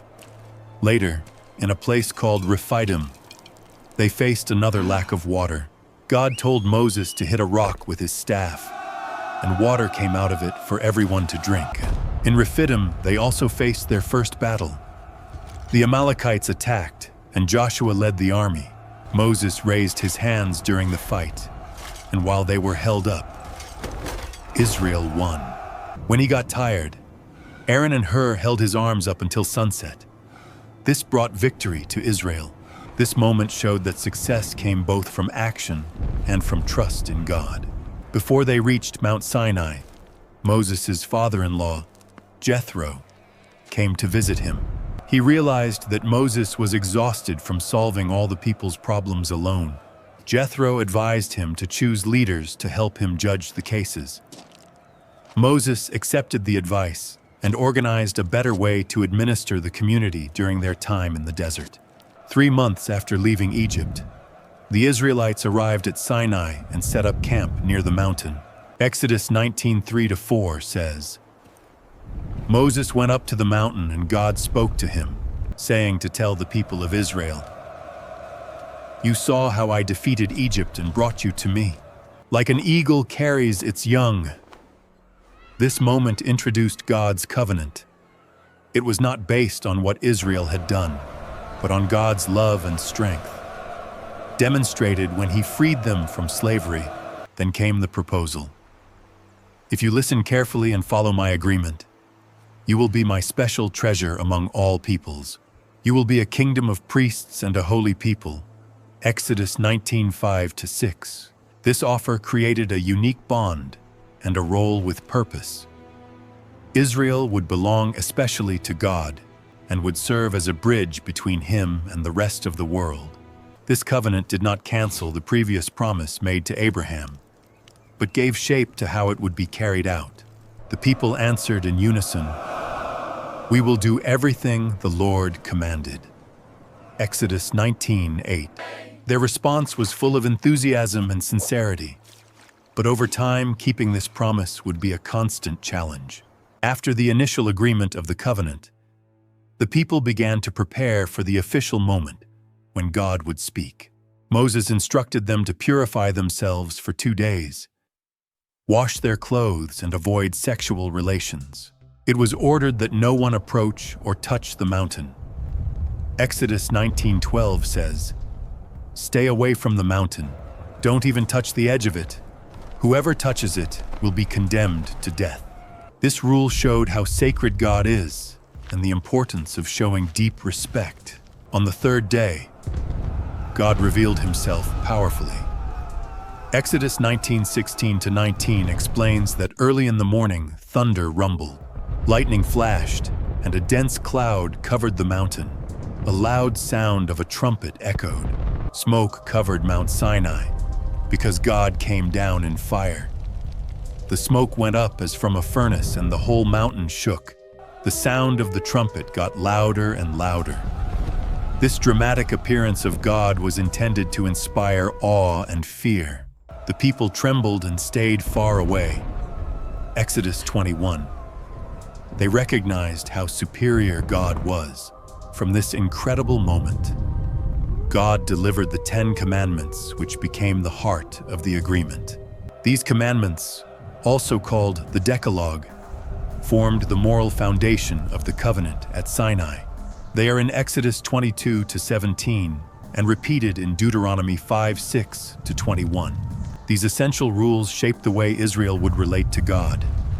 They start with a reminder. I am the Lord, your God. who brought you out of Egypt, where you were slaves. Exodus 22. This introduction shows that the commandments were not random rules, but a response to a God who had already shown mercy and power. The motivation to obey came from gratitude, not just fear. The commandments are divided into two main parts. The first 4 deal with the relationship with God, and the last 6 with how to treat the neighbor. The first commandment makes it clear, you must not worship other gods. Exodus 23. In a world where many gods were worshipped, this demand for faithfulness to a single God, even if the others were still considered real, was completely new. Later, this would echo in the belief in one true God. The second commandment forbids idols. You must not make nor worship carved images. Exodus 24. This rule separated Israel from neighboring nations, where idols were part of religious life. It prevented God from being reduced to an object and avoided the use of rituals to try to control divine power. The third commandment protects the holiness of God's name. Do not use the name of the Lord, your God, wrongly. Exodus 27. More than forbidding lies or insults. This commandment required deep respect for God's nature and honor.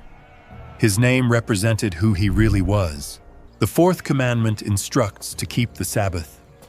Remember the Sabbath and keep it sacred. Exodus 28. This weekly pause had several meanings. It reminded of creation. Exodus 20:11. The freedom from slavery. Deuteronomy 5:15. It offered physical rest and created balance between work and worship. The fifth commandment orders respect for parents. Honor your father and your mother. Exodus 20:12. It is the only commandment with a promise so that your life is long. This rule formed the structure of the family, the basis of all society. Obeying parents helped to transmit values and customs. The sixth commandment defends life, do not kill. Exodus 20:13. This commandment protected human life, since people are made in God's image. It did not forbid all acts that cause death as legal punishment or defense, but declared that life is sacred. The seventh commandment protects marriage. Do not be unfaithful in marriage. Exodus 20:14. It defended the family unit fundamental to social order. Its position on the list shows the importance of the family in life with God. The eighth commandment guarantees the right to property and do not steal. Exodus 20:15. By recognizing possession, the law promoted justice and respect for what belongs to the other. The ninth commandment defends the truth. Do not lie about your neighbor. Exodus 20:16.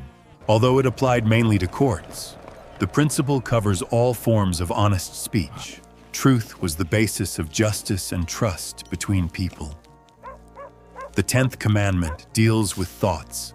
Do not desire what belongs to others. Exodus 20:17. Instead of focusing only on actions, this law spoke of desires and intentions. It showed that evil desires lead to evil actions and that true goodness starts in the heart. These teachings were different from other ancient laws for being short, clear, and aimed at internal morality. They formed the moral basis that expanded into many other rules and was later summarized by Jesus as love for God and neighbor. After giving the 10 Commandments, God gave Moses more detailed laws based on them. These new instructions that appear in Exodus 20:20-23 are called the Book of the Covenant. They dealt with civil life, crimes, and religious practices. Civil rules included how to treat slaves with an unusual kindness for that time. There were laws about responsibility for damages, loans, and how to treat foreigners, widows, and orphans. These norms often showed compassion beyond the common, as in Exodus 22:26-27. If you take your neighbor's cloak as a guarantee, return it before sunset, for it is the only covering he has. With what will he sleep? If he cries out to me, I will hear, for I care. Criminal laws determined just punishments for each mistake. Eye for eye, tooth for tooth. Exodus 20:24. Instead of encouraging vengeance, this limited punishments, preventing exaggerated penalties. Religious laws dealt with worship, holy days, offerings, and contributions. They forbade rituals copied from other nations and demanded 3 special festivals per year, in which all men had to present themselves before God. After these orders, Moses led a sacred event to officially confirm the covenant. Exodus 24:4-8 says that Moses wrote God's words, got up early, built an altar at the foot of the mountain, and placed 12 columns, 1 for each tribe of Israel, then took the blood of the offerings, sprinkled it on the people, and said, "This is the blood of the covenant that the Lord made with you based on these words." This event followed the model of how covenants were made in the ancient world. The written record made everything clear. The altar and the columns represented God and the people. The blood showed a deep commitment until death. And by being placed both on the altar and on the people, it demonstrated a mutual promise. The expression "blood of the covenant" emphasized the seriousness of this agreement. Shortly after, a remarkable meal happened. Exodus 24:9-11 says that Moses, Aaron, Nadab, Abihu, and 70 elders went up the mountain and saw the God of Israel. Under his feet, there was something like a sapphire surface, clear as the sky. They saw God and ate and drank. This meal showed peace and acceptance between God and the leaders of Israel, proving that the relationship had been restored. After the meal, God called Moses to go up even higher on the mountain in order to receive more instructions. Exodus 24:12 says, "The Lord said to Moses, 'Come up to me and stay here. I will give you the stone tablets with the law and the commandments that I wrote to guide the people.' Moses, accompanied by Joshua for part of the way, entered the cloud that covered the mountain and remained there for 40 days and 40 nights. During this time, God gave him specific instructions for the tabernacle, the mobile place of worship, where God would dwell among his people. This next step in the Sinai story was essential to establish the correct way to worship him during the journey in the desert. Moses stayed on the mountain for longer than expected, and the people began to get restless. Exodus 32:1 says, "When the people saw that Moses was taking long to return, they went to Aaron and said, 'Get up and make gods that lead us. As for Moses, the one who brought us out of Egypt, we don't know what happened to him.'" This moment of panic revealed how much they still hadn't understood the first 2 commandments given a few weeks earlier. The desire for physical images of God showed ancient ties to Egyptian religion and the fear of having been abandoned. Surprisingly, Aaron gave in easily. He said, "Take off the gold earrings and bring them to me." Then he molded the gold into the shape of a metal calf. Exodus 32:2-4. This golden calf, probably representing a young bull, did not necessarily symbolize a new god, but intended to represent Yahweh. As Aaron said, "These are your gods, Israel, who brought you out of Egypt." Exodus 32:4. This made the sin even more deceptive. It was not an abandonment of God, but an attempt to worship him through images. Possibly imitating Egyptian idols like the bull Aaron tried to make the situation acceptable, saying, "Tomorrow there will be a feast to the Lord." Exodus 32:5. God reacted quickly and severely. He said to Moses, "The people you brought out of Egypt ruined everything. They made a calf and are bowing before it." Exodus 32:7-8. God now called Israel his people, distancing himself and showing that the bond had been damaged. Then, he told Moses he planned to destroy them and start over with him. "Leave me so that my anger consumes them and I will eliminate them. Then I will make you a great nation. Exodus 32:10. This put Moses to the test, offering him a role similar to Abraham's. Moses' response revealed his true leadership. He based his appeal on 3 points: God's reputation among the nations. What would Egypt think? The promises made to Abraham, Isaac, and Jacob, and God's own merciful nature. Exodus 32:14 says what happened next. The Lord changed his mind and did not bring the disaster he had threatened. When Moses came down and saw with his own eyes the worship of the idol, his anger flared.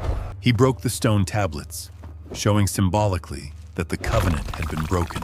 He destroyed the golden calf, grinding it into dust, mixed it with water, and made the people drink, proving how useless the idol was.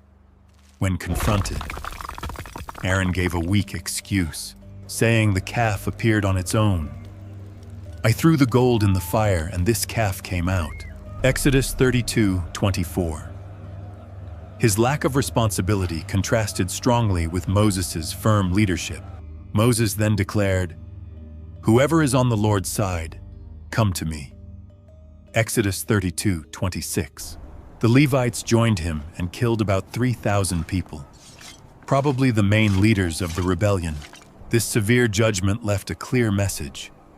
Breaking the covenant would bring serious consequences. Moses returned to God and offered himself in place of the people. They committed something terrible. He said, "But if the Lord does not forgive them, erase my name from your book." Exodus 32:31-32. God refused, holding each person individually responsible, but agreed to continue with the covenant, with lasting consequences. This painful story left permanent lessons. How can the people quickly return to old habits? The danger of creating physical images of God, the weight of the covenant, and the importance of strong and faithful leaders in moments of spiritual failure. After the golden calf incident, God renewed his covenant and gave exact instructions to build the tabernacle, a mobile place where he would dwell among his people. Exodus 25:8 explains, "Make a sanctuary for me, and I will dwell among them." This sacred structure had an outer courtyard and a tent divided into 2 environments, the holy place and the most holy place. The most holy place housed the Ark of the Covenant, a chest overlaid with gold. Inside were the stone tablets, a jar with manna, and later Aaron's rod that blossomed. The Ark's lid, called the atonement cover, was the place where the sacrifice's blood was placed once a year. The holy place had 3 objects: the altar of incense, representing the prayers that rose to God; the table of the bread of the presence, symbolizing God's care and communion; and the lampstand with 7 lamps, which illuminated the place and represented spiritual discernment outside the tent. In the courtyard, there was a bronze basin for washing and the altar of burnt offerings. The tabernacle used precious materials: gold, silver, bronze, fine fabrics, and special wood, organized in such a way that the value decreased as it moved away from the most holy place. This design showed that approaching God's presence required reverence and preparation. All materials came from voluntary offerings. Exodus 25:2 says, "Tell the people to bring an offering for me, except from everyone who wishes to give from the heart." The generosity was impressive. Everyone who felt moved in the heart gave with joy. Exodus 35:21.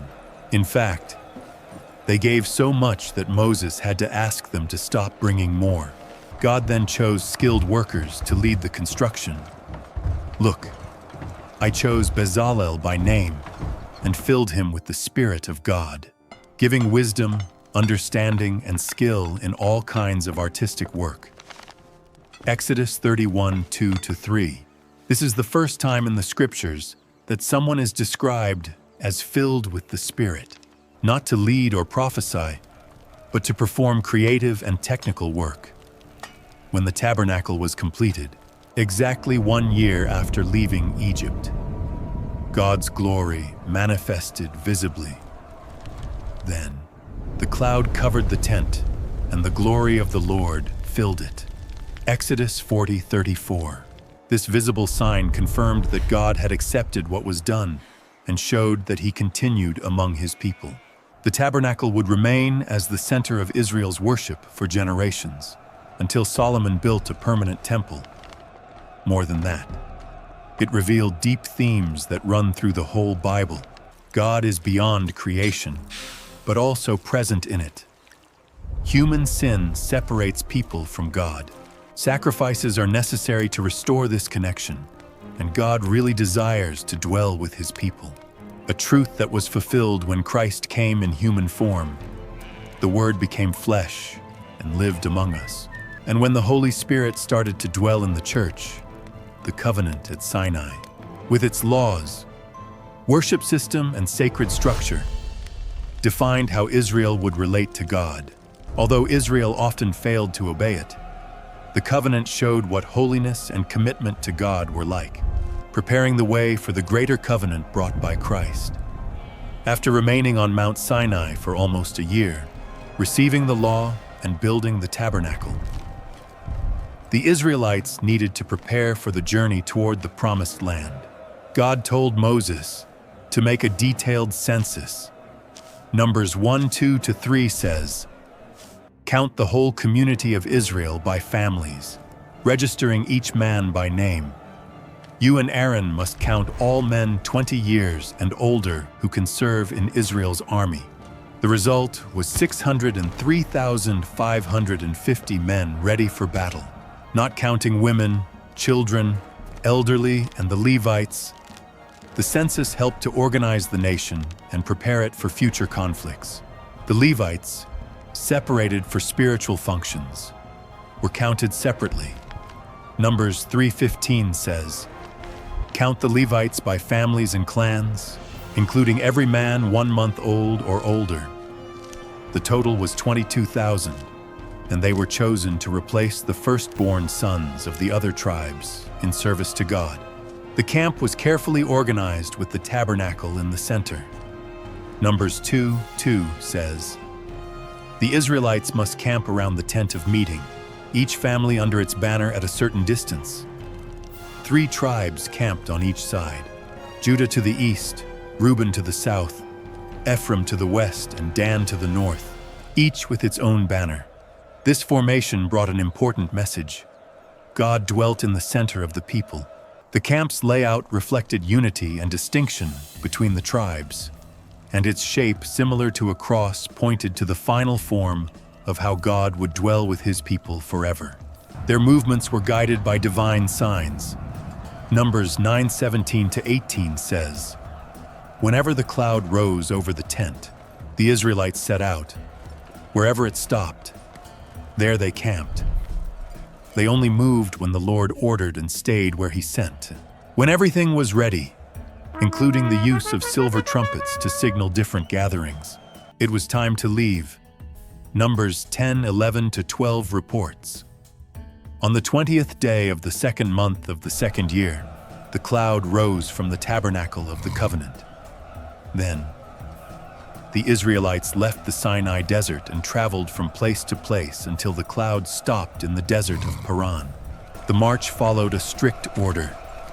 Judah's group went in front, followed by the Levites, carrying the disassembled tabernacle, and then the rest. This organized departure marked the beginning of what they hoped would be a short trip to the Promised Land. But obedience soon gave way to grumbling. Numbers 11:1 says, "The people started to complain about their difficulties, and when the Lord heard, he was angry. God's fire burned the edges of the camp." This place was called Taberah, which means burning. This started a repetitive cycle: complaints, divine punishment, Moses' prayer, and then mercy. Another complaint came shortly after, this time about food. Numbers 11:4-6 tells us, "A group among them started to desire other foods, and again the people cried, 'Oh, if we had meat. We remember the free fish in Egypt and also the cucumbers, melons, leeks, onions, and garlic. But now we lost our appetite. We only have this manna. The lack of gratitude for the daily miracle revealed something deeper, longing for the past, and inability to value God's present care. This complaint exhausted Moses' spirit. He cried out to God, "Why did you place this burden on me? What did I do to deserve responsibility for all these people?" Numbers 11:11. God answered in two parts. First, shared Moses' spiritual load with 70 elders to help him lead. Second, promised an impressive amount of meat. The Lord said, "You will have meat, not just for 1 or 2 days, or 5, 10, or 20, but for a whole month." Numbers 11:19-20. This meat came in the form of quails that covered the camp, piling up about a meter high and spreading for a day's walk in all directions. Numbers 11:31. But before they could finish eating, many were struck by a deadly plague, while the meat was still in their mouths. Before they swallowed, the Lord's anger flared again, and he struck them with a terrible disease. The place was called Kibroth Hattaavah, which means graves of desire, as it showed the danger of uncontrolled desire. Then, a new complaint arose, this time within Moses' own family.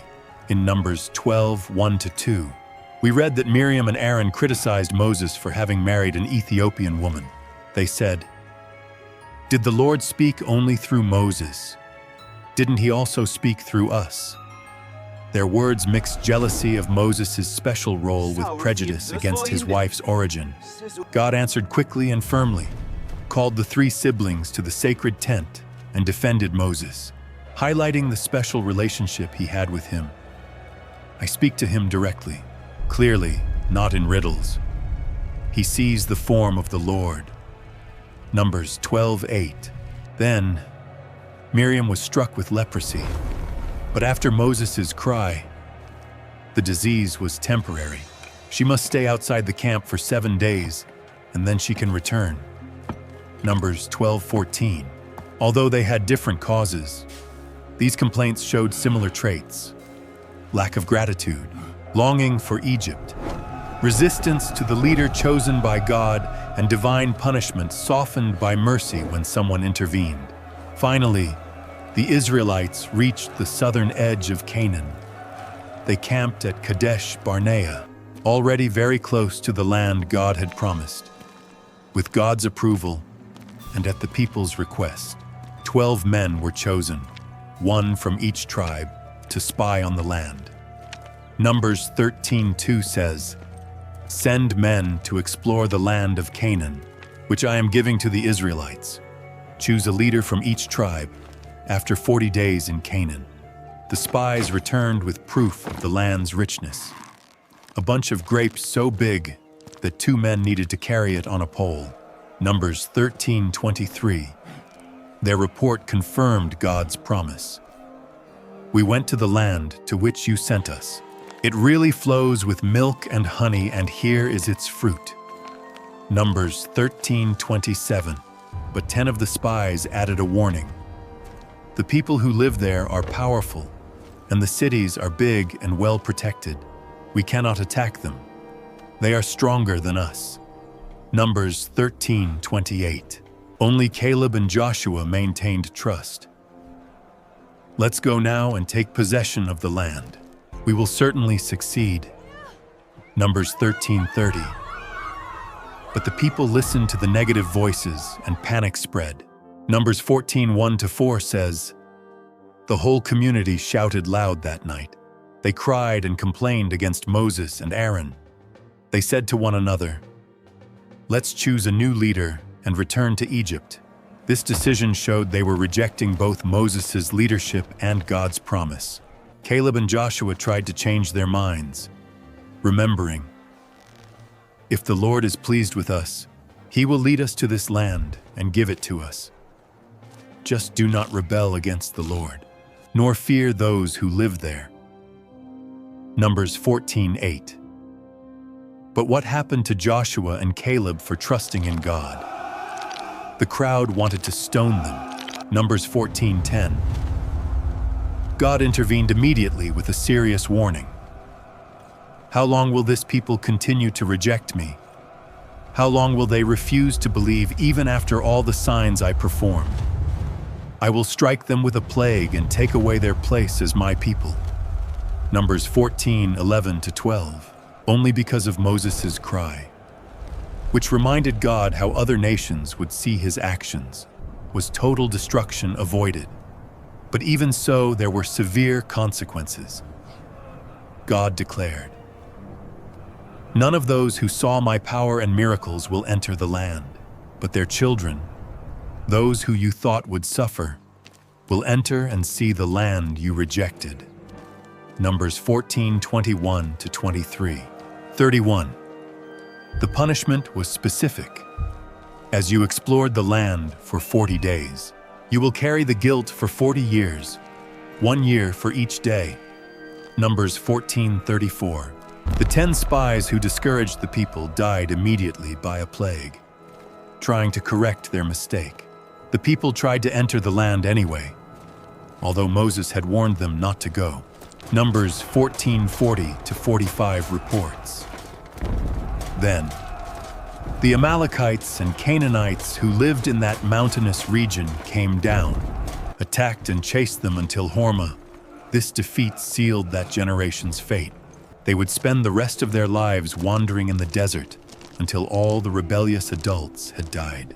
What happened at Kadesh Barnea marked a turning point, right at the border of the long-awaited promise. The people chose fear instead of trust and human logic instead of God's word. As a result, they would wait almost 40 years, and a whole generation would be lost because of unbelief.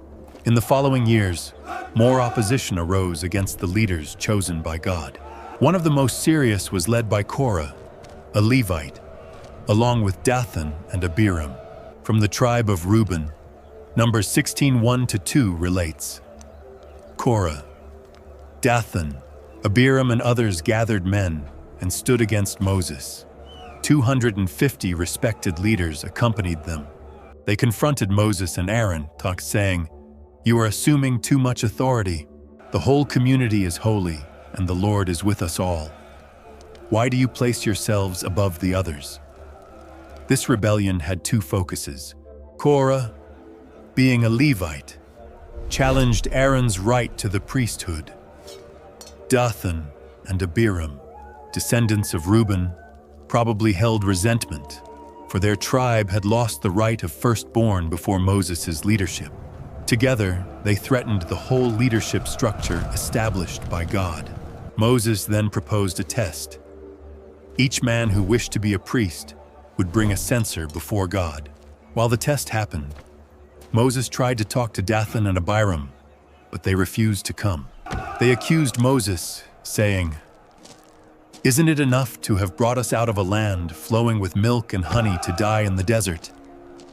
Now you still want to make yourself a ruler over us."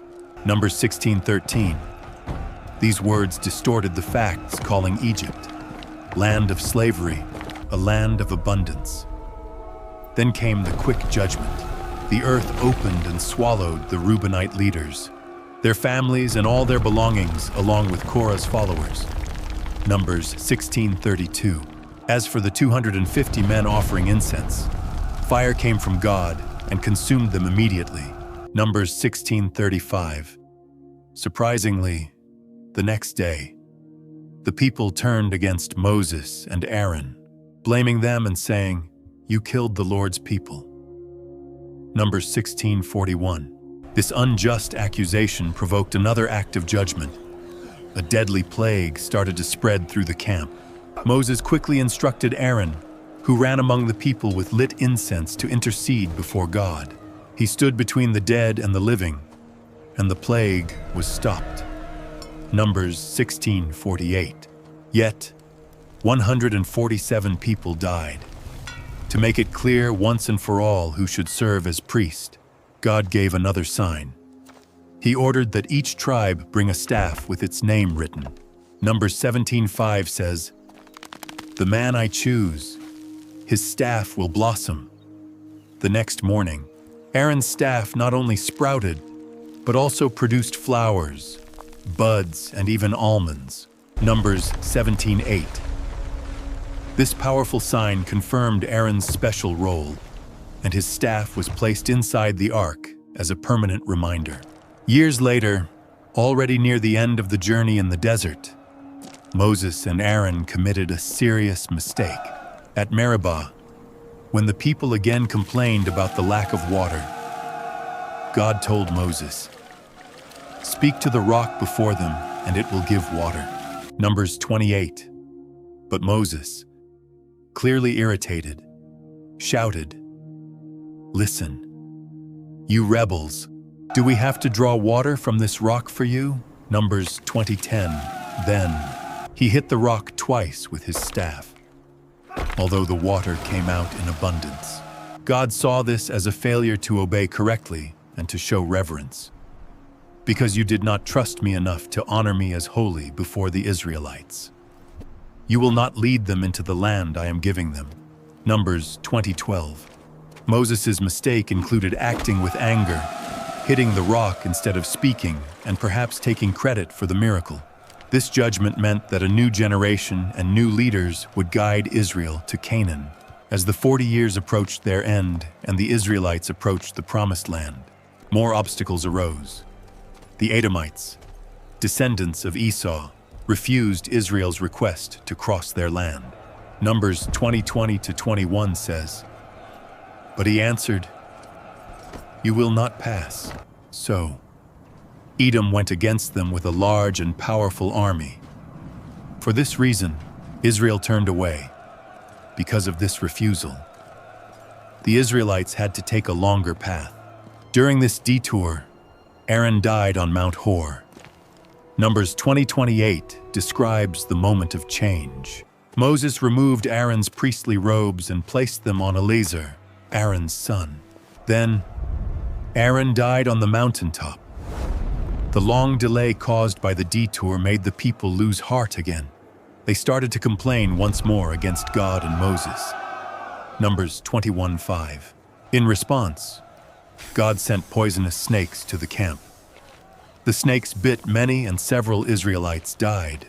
Numbers 21:6. When the people recognized their guilt, God gave a common solution. Make a bronze snake and place it on a pole. Whoever is bitten and looks at it will live. Numbers 21:8. This bronze snake would later become an idol destroyed by King Hezekiah's order. But at that moment, it had a deep spiritual meaning. Jesus later referred to it as a sign of his future death, just as Moses lifted up the snake in the desert. So the Son of Man must be lifted up so that everyone who believes in him may have eternal life. John 3:14-15. Upon approaching Canaan from the east, Israel won great battles against Sihon, king of the Amorites, and against Og, king of Bashan. These victories gave them control over the region beyond the Jordan. Their success scared Balak, king of Moab, who hired Balaam, a known prophet, to curse Israel. After an unusual meeting with a talking donkey, Balaam understood he could not curse what God had already blessed. "I received an order to bless. He blessed, and I cannot change this." Numbers 23:20. As the direct curse failed, Balaam probably suggested another method: tempt Israel with foreign worship and immoral behavior. Numbers 25:1-3 describes what happened. While Israel was in Shittim, some men started to have relations with Moabite women who led them to participate in their religious sacrifices. The men ate the food offered to idols and bowed before foreign gods. Israel joined the worship of Baal of Peor, and this made God very angry. This moment was more dangerous than any military threat. It showed the risk of spiritual corruption through immoral acts. God's judgment was severe. Leaders were executed publicly, and a plague killed 24,000 people. The outbreak only stopped when Phinehas, Aaron's grandson, acted with courage by killing an Israelite and a Midianite who were openly challenging God in the camp. These final experiences in the desert prepared the Israelites for what they would face in Canaan. They discovered that threats would come not just from armies, but also from cultural influences. Winning would depend not just on military strength, but on faithfulness to God.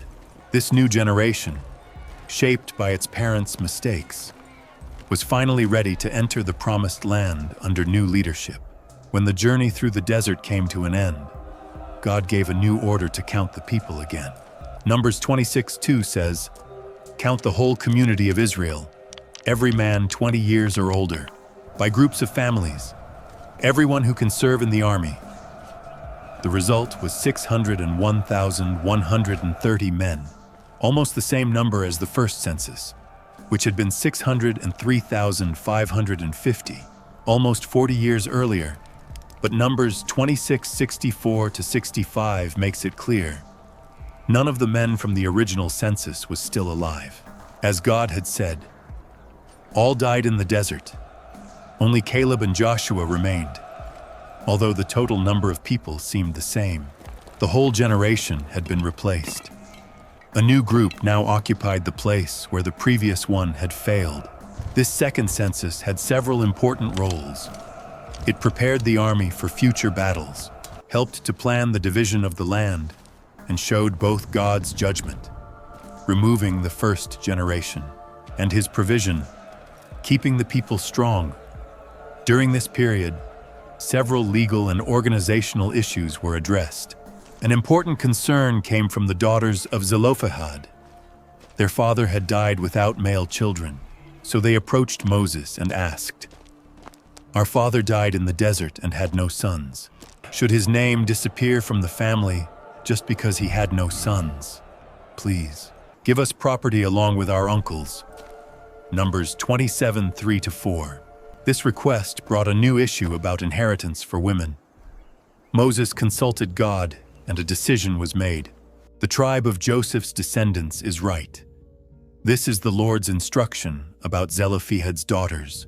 They can marry whoever they want, but only within their father's tribe. Numbers 36:5-6. This ensured women could inherit land, keeping it within the tribal family. Another important issue arose when the tribes of Reuben, Gad, and half of Manasseh asked to settle east of the Jordan, on the lands taken from Sihon and Og. At first, Moses thought they were repeating the rebellion of Kadesh Barnea. "Your Israeli brothers will go to war while you stay here." Numbers 32:6. But the tribes explained they were not fleeing. They proposed a plan. "We will build corrals for our animals and cities for our families here, but we ourselves will go armed ahead of the Israelites and help them until they are established." Numbers 32:16-17. Moses agreed, but warned them firmly about the danger of breaking this promise. Moses also established 6 cities of refuge, 3 on each side of the Jordan, where people who killed someone unintentionally could protect themselves from vengeance until they were judged. Numbers 35:1-12 says, "You must choose cities as places of refuge so that anyone who kills someone by accident can flee there. These cities will protect them from the avenger until they are judged by the community." God also separated 48 cities for the Levites, since they would not receive land like the other tribes. These cities were spread through Israel so that the Levites could teach God's law everywhere. Through these legal, civil, and territorial plans, Israel ceased to be just a nomadic people. It was turning into a real nation, prepared to live in the promised land, with clear systems of leadership, justice, and worship. With the approach of Moses' death, the need for a successor became urgent. Moses turned to God and prayed, "May the Lord, God of every living creature, choose someone to lead this people, someone who leads them in and out, so that the Lord's people are not like sheep without a shepherd." God gave very clear instructions. "Choose Joshua, son of Nun. He has the Spirit inside him. Lay your hand on him. He should be presented to the priest Eleazar and to the whole community, where he would be officially designated before everyone. Joshua had already proven his leadership capacity. He worked alongside Moses as his assistant. See Exodus 24:13. Led Israel's army in the fight against Amalek. Exodus 17:9-14. And was one of the 2 spies who trusted God. Numbers 14:6-9. The ceremony that marked this transition of leadership was done in public and had a deep meaning. Moses did exactly what God had ordered. He brought Joshua, presented him to Eleazar, the priest, and placed him before all the people. Then, Moses laid his hands on Joshua and gave him the responsibility to lead. This symbolic act showed the transfer of leadership and the wisdom needed to guide the people, as is described later in Deuteronomy 34:9. However, Joshua would not lead in the same way as Moses. Moses had a unique relationship with God, speaking to him directly, as is written in Deuteronomy 34:10. Joshua, on the other hand, would have to consult Eleazar the priest, who would use the Urim to seek God's decisions for him. Numbers 27:21. This organization highlighted Moses' unique role as the link between the people and God, the messenger of his words. By making the leadership transition smooth and conscious, Israel could continue advancing, even understanding that Moses' role was irreplaceable. Joshua's main responsibilities would involve leading the people in battles and in civil matters as they entered the Promised Land. He would not be the one who would receive direct messages from God like Moses. This structure helped the Israelites continue living according to the teachings left by Moses, even after his death. The book of Deuteronomy is composed mostly of Moses' final words, spoken while the people were camped on the plains of Moab. Deuteronomy 1-3 gives us the setting. These are the words that Moses spoke to all Israel on the other side of the Jordan. It was the 40th year in the 11th month, on the first day. The name Deuteronomy means second law. It does not present new rules, but repeats and explains the covenant for the younger generation that was about to enter the land. Moses' first speech reviews the journey since Sinai, emphasizing both God's care and the people's failures. Deuteronomy 1:30-32 expresses this contrast. The Lord, your God, went ahead of you and fought for you, as he did in Egypt, in the desert. He carried you like a father carries a son. Even so, you did not trust him. This honest summary had 2 goals: to help the new generation learn from the past's mistakes, and to show that the victory in Canaan would be totally fruit of God's love and not by personal merit. Deuteronomy 4:37-38 explains, "Because he loved your ancestors and chose their descendants, he removed powerful nations before you and gave you their land as inheritance." Moses then recalled the heart of the agreement with God by repeating the 10 Commandments. Deuteronomy 5:6-21. Curiously, while Exodus 20 links the Sabbath to creation, this version links it to the liberation from Egypt. You were slaves in Egypt, and it was the Lord, your God, who freed you from there. For this reason, he ordered that you keep the Sabbath day. Deuteronomy 5:15. This focus on remembering God's saving power as a reason to obey leads to one of the most well-known statements in the Scriptures. Hear, Israel, the Lord is our God. The Lord is one. Love the Lord, your God, with all your heart, with all your soul, and with all your strength. Deuteronomy 6:4-5. This commandment invites total devotion, not just the fulfillment of rules, and shows that sincere love is at the center of the covenant with God. Moses continued to warn the people not to adopt the customs of the Canaanites. In Deuteronomy 7:2-4, he said, "When God delivers these nations to you, Destroy them completely. Do not make agreements with them, nor have pity, for they will turn your children away from me and lead them to worship other gods. This call to remain separated was not because Israel was better than the others. Deuteronomy 7:7-8 makes this clear. God did not choose you because you were numerous. In fact, you were the smallest. But He chose you because He loved you.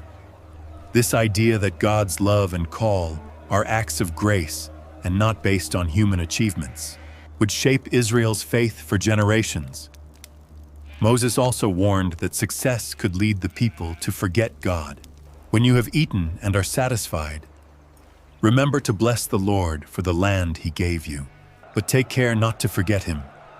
When life gets comfortable, you may become proud and forget the one who brought you out of Egypt. Deuteronomy 8:10-14. Moses foresaw how people often turn away from God when they start trusting only in themselves. The first speech also highlighted how it was essential to continue teaching God's laws. Deuteronomy 6:6-7 says, "These commandments must be in your heart. Teach them carefully to your children.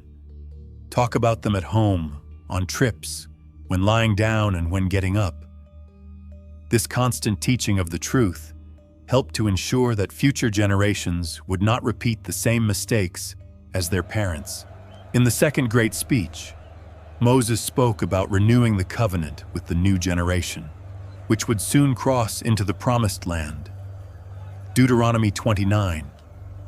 It begins like this: "These are the terms of the covenant that the Lord ordered Moses to make with the Israelites in Moab." In addition to the covenant made with them in Horeb, renewing the covenant was essential at that point in Israel's history. The original generation that had witnessed the Exodus and received the law at Sinai had died. Now, their children needed to personally accept the covenant. Moses highlighted that this was not a partial agreement, but a total commitment. A central part of this renewal was the detailed list of blessings for whoever followed God, Deuteronomy 28:1-14, and the consequences for whoever turned away from Him, Deuteronomy 28:15-68. The list of punishments was much longer and even included a prophecy that the people would be exiled far from their land. "The Lord will scatter you among the nations, from one end of the earth to the other," Deuteronomy 28:64. Even so, facing such strong warnings, Moses gave them hope. In Deuteronomy 30, Moses shared a promise. After the difficulties, if the people returned to God, He would bring them back. When all this happens and you return to the Lord, He will have mercy and gather you, no matter where you have been scattered. See Deuteronomy 31-3. This promise of return after exile became a powerful source of hope in future times of despair. At the end of this message, Moses presented the people with a clear choice. He declared, "Today I take heaven and earth as witnesses. I placed before you life or death, blessing or curse. Choose life." Deuteronomy 30:19. The covenant came with conditions, and the people's future depended on the decisions they made in the present. To encourage them even more, Moses reminded that obeying God was not something impossible. This commandment is not hidden, nor is it out of your reach. The word is near, in your mouth and in your heart. Deuteronomy 30:11-14. God's law was not mysterious, nor unreachable. It only needed a willing heart to help the people remember these truths. Moses wrote a song recorded in Deuteronomy 32. This song was to be memorized and repeated, serving as a witness against the nation when it abandoned God. See Deuteronomy 31:19. It warned about future unfaithfulness, but also preserved God's justice for the next generations. Moses' last public act was to bless the tribes, as described in Deuteronomy 33. Deuteronomy 33:1 introduces it like this: "This is the blessing that Moses, man of God, gave to the Israelites before he died. unlike Jacob's blessings, which included criticisms. Moses' words were all positive, encouraging each tribe and highlighting their strengths. He started by praising God's greatness and ended with a powerful statement about Israel's special identity. How happy you are, Israel, who is like you, a people saved by the Lord, your protector and defender. Deuteronomy 33:29. After giving these blessings, Moses went up Mount Nebo, as instructed by God. According to Deuteronomy 34:1, Moses climbed to the top of Pisgah, and the Lord showed him the whole land. Then God said, "This is the land I promised to Abraham, Isaac, and Jacob. I let you see it with your eyes, but you will not enter it, even without being able to enter the promised land." Being able to see it before dying was a great gesture of God's kindness. For Moses, who so much desired to lead Israel to Canaan, this moment had a deep meaning. Deuteronomy 34:5-6 tells us, Moses, servant of the Lord, died in the land of Moab, and God himself buried him in a valley. To this day, nobody knows where his grave is.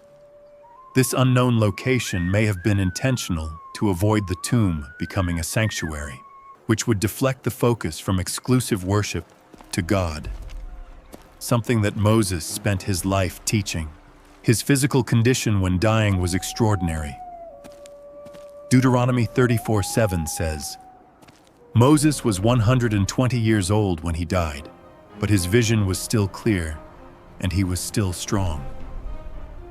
This detail indicates that his death was not from weakness, but part of God's larger plan. After his death, the people mourned deeply. As Deuteronomy 34:8 explains, the Israelites cried for Moses on the plains of Moab for 30 days. This time of mourning helped the nation make the emotional transition from one era of leadership to another. God himself paid a final tribute to Moses. Never again did a prophet like Moses arise in Israel. He knew the Lord face to face and performed incredible signs, demonstrations of power and wonderful acts before the whole nation. Deuteronomy 34:10-12. Moses' unique connection with God became an eternal memory in Israel's history, incomparable until the coming of another prophet like him. Deuteronomy 18:15. Joshua, the chosen successor, was ready. Deuteronomy 34:9 says, Joshua, son of Nun, was full of wisdom because Moses had laid his hands on him. The Israelites obeyed him.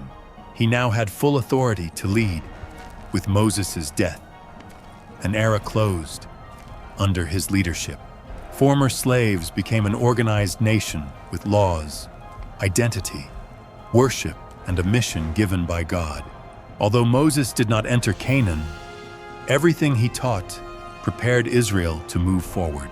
The teachings or Torah that he transmitted would continue shaping the nation's values and faith. Psalm 91-17, often attributed to Moses, expresses his hope, "Show your work to your servants and your glory to their children. May the beauty of the Lord our God be upon us." Joshua then received his divine commission directly from God. In Joshua 1:6-7, the Lord told him, "Be strong and courageous, for you will lead this people to inherit the land I promised your ancestors. Be strong and very courageous. Faithfully fulfill all the law that my servant Moses gave you." This repetition of the call to courage showed that victory would depend not only on war strategies, but on obedience and faith.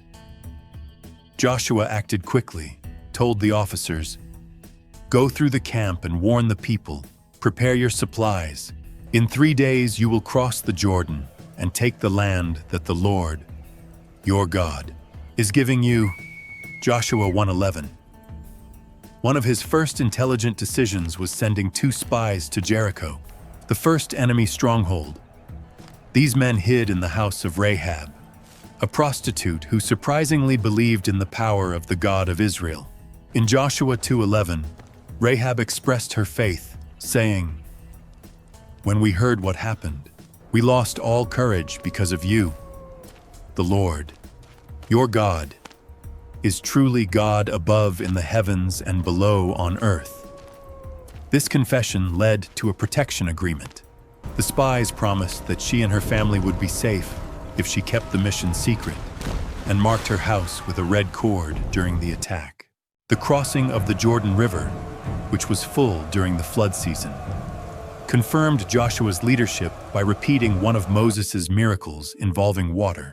Joshua 3:15-16 explains that when the priests carrying the ark stepped into the water, the river that came from above stopped and piled up far away, while the rest flowed freely. This incredible moment impressed both the Israelites and the Canaanites. Joshua 4:14 says, "On that day, the Lord honored Joshua before all Israel, and since then they respected him as they respected Moses." To remember this miracle, Joshua asked that one man from each tribe take a stone from the river's dry bed and place it in Gilgal. This would serve as a lasting reminder.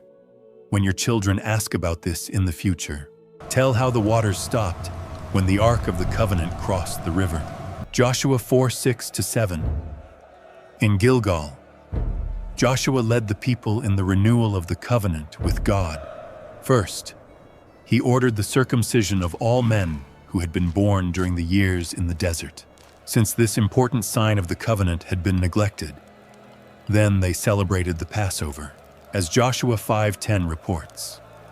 The Israelites camped in Gilgal and celebrated the Passover at dusk on the 14th day of the month on the plains near Jericho. These acts showed that Israel was entering the Promised Land not just as settlers, but as a people linked to God, continuing the commitments started in the Exodus. Upon approaching Jericho, Joshua met a supernatural figure. Joshua 5:13-14 describes that he saw a man with a sword in his hand. Joshua asked, "Are you on our side or on our enemy's side?" The man answered, "Neither one nor the other. I come as commander of the Lord's army." This presence, possibly divine or angelic, then gave Joshua an unusual battle plan. "Have your soldiers march around the city once a day for 6 days. On the 7th day, take 7 turns. The priests must blow the trumpets, and at the long sound, the people must shout very loudly." See Joshua 6:3-5. This surprising method showed that victory would come from God's power, not human skill. When they followed these instructions exactly, Joshua 6:20 says, "The people shouted, the trumpet sounded and the walls collapsed. The people advanced and took the city.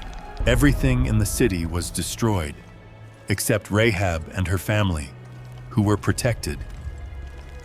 As Joshua 6:25 explains, Joshua spared Rahab, the prostitute, her family, and all who were with her, because she had protected the spies. She lives among the Israelites to this day. Her acceptance into the community pointed to the future inclusion of non-Israelites among God's people. But the following battle against the city of Ai ended in an unexpected defeat for Israel. The reason for the failure was revealed as being disobedience. A man called Achan had hidden items that should have been separated as sacred after the conquest of Jericho, as is in Joshua 7:11-12. The people of Israel had sinned. They had taken sacred things. They had stolen and hidden the truth. For this reason, they could not defeat their enemies. When the culprit was discovered and punished, Joshua came up with a classic plan against Ai, using a surprise attack. "Take the city, because God will deliver it to you.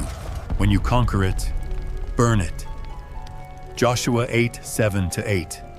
This victory restored the people's trust and showed an important truth. Success required faithfulness to God and wise planning. Israel's initial victories caused fear among the peoples of Canaan. While many prepared to fight, the inhabitants of Gibeon chose another path. According to Joshua 9:3-4, Upon hearing what Joshua had done in Jericho and Ai, they decided to deceive him. They sent messengers with donkeys, carrying old sacks and mended wineskins, pretending to come from afar. They convinced Israel to make a peace agreement. Joshua made a pact allowing them to live, and the Israeli leaders confirmed it with an oath. Joshua 9:15. This decision was made quickly. The Israelites did not consult God. Joshua 9:14.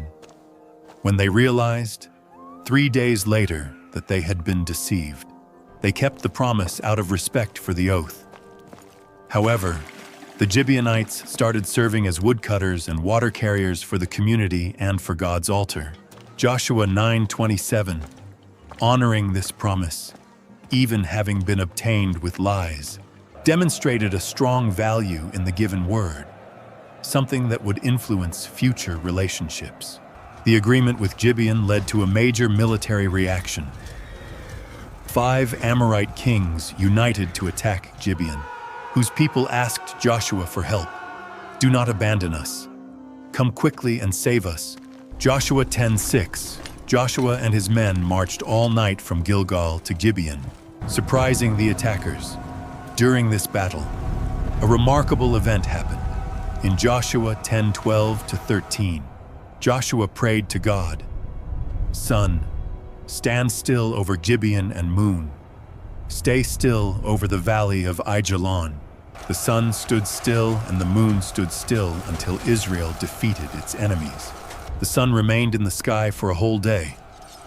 This miraculous prolongation of light led to a total victory and showed that God had power over the universe, including over the sun and moon, worshipped by other peoples. Later, an even larger group of enemies, led by Jabin, king of Hazor, gathered in the north to fight Israel. Joshua 11:4 describes their forces as being countless, like the grains of sand on the beach, with a huge amount of horses and war chariots.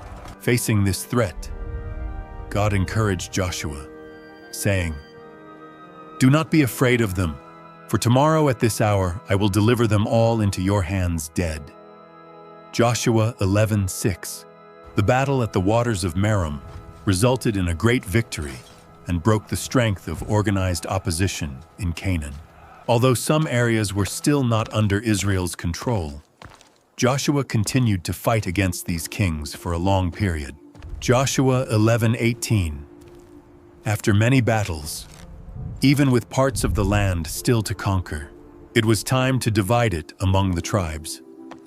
Joshua 13:1 states that when Joshua was already elderly, God told him, "You are already old, and there is still much land to be taken." The division included both what had already been conquered and what would still be taken, demonstrating trust that the promise of total possession would be fulfilled in due time. This distribution happened in Shiloh, where the sacred tabernacle had been set up, as instructed in Joshua 18:6. "Register the land in 7 parts and bring the reports to me, and I will divide them by lot before the Lord, our God." These lots were not random, but a way to show that the result came from God. Proverbs 16:33 teaches that decisions made by lot are directed by the Lord. The distribution of the land followed both the blessings that Jacob had given his sons and the current needs of each tribe. Before the main partition, Caleb received a special portion of land. His request is in Joshua 14:10-12. "Now, as God promised, He let me live these 45 years. Today, I am 85. Give me the mountain region that God said would be mine. Do you remember that the Anakim lived there at the time in big and fortified cities? But with the Lord's help, I will drive them out." As he said, Caleb's reward showed his constant trust, for he was still willing at 85 to fight against the Anakim, giants who had scared the spies decades earlier. After defining tribal boundaries, Joshua established a legal system based on Moses' previous instructions. 6 cities of refuge were chosen for anyone who killed someone by accident, so they could protect themselves from those seeking vengeance. Joshua 23. There were 3 cities on each side of the Jordan, ensuring that nobody was punished unjustly in a moment of anger. In addition, 48 cities were given to the Levites, distributed among all the tribes. The people of Israel gave these cities and their pastures to the Levites based on the tribal lands themselves, as God had ordered. Joshua 21:3.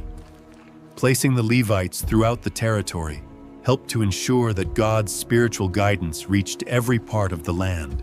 After the division of the land, Joshua allowed the tribes of Reuben, Gad, and half of Manasseh to return home on the other side of the Jordan, as they had kept their word and helped in the conquest. You did everything that Moses, servant of the Lord, ordered, and also obeyed all my commandments. Joshua 22:2. Upon returning, they built a big altar near the Jordan River. This worried the tribes of the West, who thought it was a sign of turning away from God. They sent leaders to question them. Why did you commit this sin against the God of Israel, building an altar of your own and turning away from the Lord? Joshua 22:16. But the tribes of the east explained the truth. The altar was not for sacrifices, but to serve as a witness among future generations. Thus, your children will not say to ours, "You have no part in the Lord, the God of Israel." Joshua 22:24. The altar called Ed, which means witness, had the goal of reminding everyone of the shared identity, even living apart. As his life came to an end, Joshua gathered all Israel. Joshua 23:3. I am old, and you saw how the Lord, your God, fought for you against these nations. He warned them about the dangers of mixing with local peoples. Do not mix with the remaining nations, nor even speak the name of their gods. Joshua 23:7. Joshua recalled the heart of the covenant. God's loyalty required the people's loyalty. Later, in Shechem, the place where Abraham received God's promise, Joshua led the renewal of the covenant. He told the story again, from Terah, Abraham's father, to the current victory, showing God's plan throughout time. This led to a strong appeal in Joshua 24:15. Now respect the Lord and serve him with sincerity and truth. Decide today who you will serve, but I and my house will serve the Lord. The people responded united. We will also serve the Lord, for he is our God. Joshua 24:18. Joshua confirmed this new promise. On that day, Joshua made a covenant with the people and gave them laws in Shechem. He wrote everything in the book of God. Joshua 24:25-26. A large stone was raised as a witness to the promise. Shortly after, Joshua, son of Nun and servant of the Lord, died at 110 years old. Joshua 24:29 was buried in Timnath-Serah, in the hills of Ephraim, ending his leadership. Around that same time, the Israelites buried Joseph's bones, which they had brought from Egypt, in Shechem. Joshua 24:32. This act fulfilled an ancient promise and symbolized the end of the journey from Egypt. The story ends positively. Israel continued to serve the Lord during Joshua's lifetime, and while the elders who knew him lived. Joshua 24:31. But this faithfulness did not continue in the next generation, starting the difficult period of the judges. After Joshua died, and the generation that witnessed the conquests was gone, Israel entered a time of disorder. One of the main causes was that they did not take the whole land. For example, the Canaanites in Gaza were not driven out. Thus, the Canaanites continued living among the people of Ephraim to this day. Judges 1:29. Other similar verses show a generalized failure to fulfill what God had ordered. This led to spiritual problems described in Judges 2:10-12. This whole generation died, and a new one arose that did not know the Lord, nor what he had done for Israel. The Israelites did what was wrong in God's eyes and worshipped the Baals. They turned away from the Lord, who had freed their ancestors from Egypt, and started to follow other gods. The biggest danger came from Canaanite religions linked to fertility. These included Baal, god of storms and agriculture, and Asherah, goddess of fertility. These cults promised good harvests through rituals, some with sexual acts, for farmers trying to survive. These beliefs seemed useful. For this reason, Israel started mixing the worship of God with these pagan customs. Judges 2:13 says, "They abandoned the Lord and started worshiping Baal and Asherah." This did not always mean completely rejecting God, but rather placing other gods beside him, breaking the first commandment. Politically, Israel had no central leadership. Judges 17:6 summarizes the situation. In those days, Israel had no king. Each did what they thought was right. The tribes were linked by ancestry and faith, but had no established government, nor a national army. This lack of leadership made Israel weak, both culturally and militarily. When problems arose, special leaders, called judges, rose temporarily to deal with the crisis. But these leaders acted for a short time, and usually only in their own region. The book of Judges follows a repetitive cycle described in Judges 2:11-19. First, the people turned away from God. They did what was evil in the Lord's eyes. Then came suffering. God handed them over into the hands of enemies. Then they cried out to him. Then came deliverance. God raised judges to save them. A time of peace followed, but only for a while. After each judge's death, the cycle restarted, often with behaviors even worse.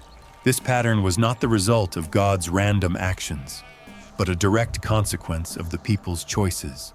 When they followed Canaanite customs and lost their unique identity, they became easy targets for enemies. God allowed this as a form of correction. Ironic fate. Success led to laziness, restarting the cycle. The book shows 6 main cycles of fall and deliverance, with other stories included. Each time, the people seemed to fall deeper into disobedience, with periods of peace increasingly short and more corrupted actions. This pattern became a model to understand later events in Israel's history. The books that narrate the nation's history often evaluate its rulers and eras based on faithfulness to the agreement with God. Difficult times are shown as a result of turning away, while peace and success are associated with faithfulness, even seemingly discouraging. A clear message stands out. God remains faithful even when people are not. As God says in Judges 2:1, "I will never break the promise I made to you." Even in the worst moments, God never totally abandoned his people. He still acted when they returned to him, showing justice and mercy. The book of Judges speaks about 12 leaders, but focuses in detail on 6 of them. The first was Othniel, who set the example. When the Israelites cried out to God, he chose Othniel to save them. The Spirit of God came upon him, and he led Israel in battle. Judges 3, verses 9-10. Under his command, they defeated Cushan-Rishathaim of Mesopotamia and had 40 years of peace. The next judge, Ehud, used a clever plan against Eglon, king of Moab, who had dominated Israel for 18 years. Ehud was left-handed, which was rare, and made him an unexpected threat. He used this to his advantage to get close and kill the king. Ehud extended his left hand, pulled a sword from his right side, and plunged it into the king's belly. Judges 3:21. This bold act gave Israel courage to defeat Moab, bringing 80 years of rest. Deborah was the only woman among the judges. She led Israel against Jabin of Hazor and his commander Sisera. Deborah had authority to judge and guide the people. She sat under a palm tree where the Israelites came to resolve disputes. Judges 4-5. With Barak, she gathered an army to face Sisera's 900 iron chariots. God helped them win, and another woman had a fundamental role. Sisera fled from the battle and hid in the tent of Jael, wife of Heber, while he slept. She took a tent peg and a hammer, approached silently, and drove the peg into his head into the ground. Judges 4:21. Gideon was called by God while threshing wheat hidden in a winepress not to be seen by the Midianites. At first, he doubted himself. He said, "How can I liberate Israel? My family is the weakest of Manasseh, and I am the least important in the house." Judges 6:15. But after God confirmed the call with signs, Gideon led Israel's army.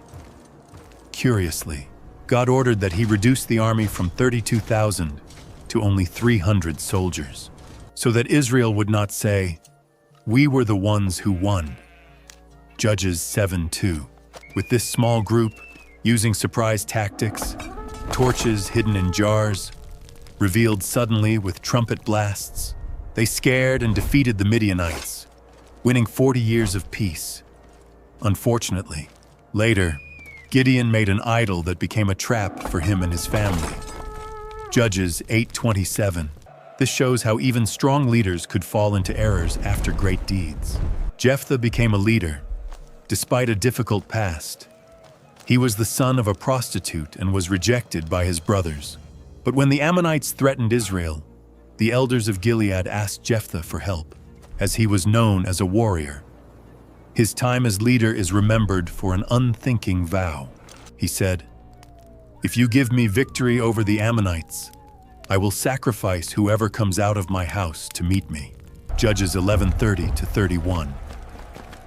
After winning the battle, his only daughter was the first to come out, and this caused a devastating loss. This moment shows the danger of making unthinking vows, without fully understanding God's will. The last main judge, Samson, reflects the inner conflict of that era, separated for God since before birth as a Nazirite. He had extraordinary strength, but also many flaws. His life was full of signs of God's power, but marked by bad decisions, especially his desire for Philistine women, which went against God's law.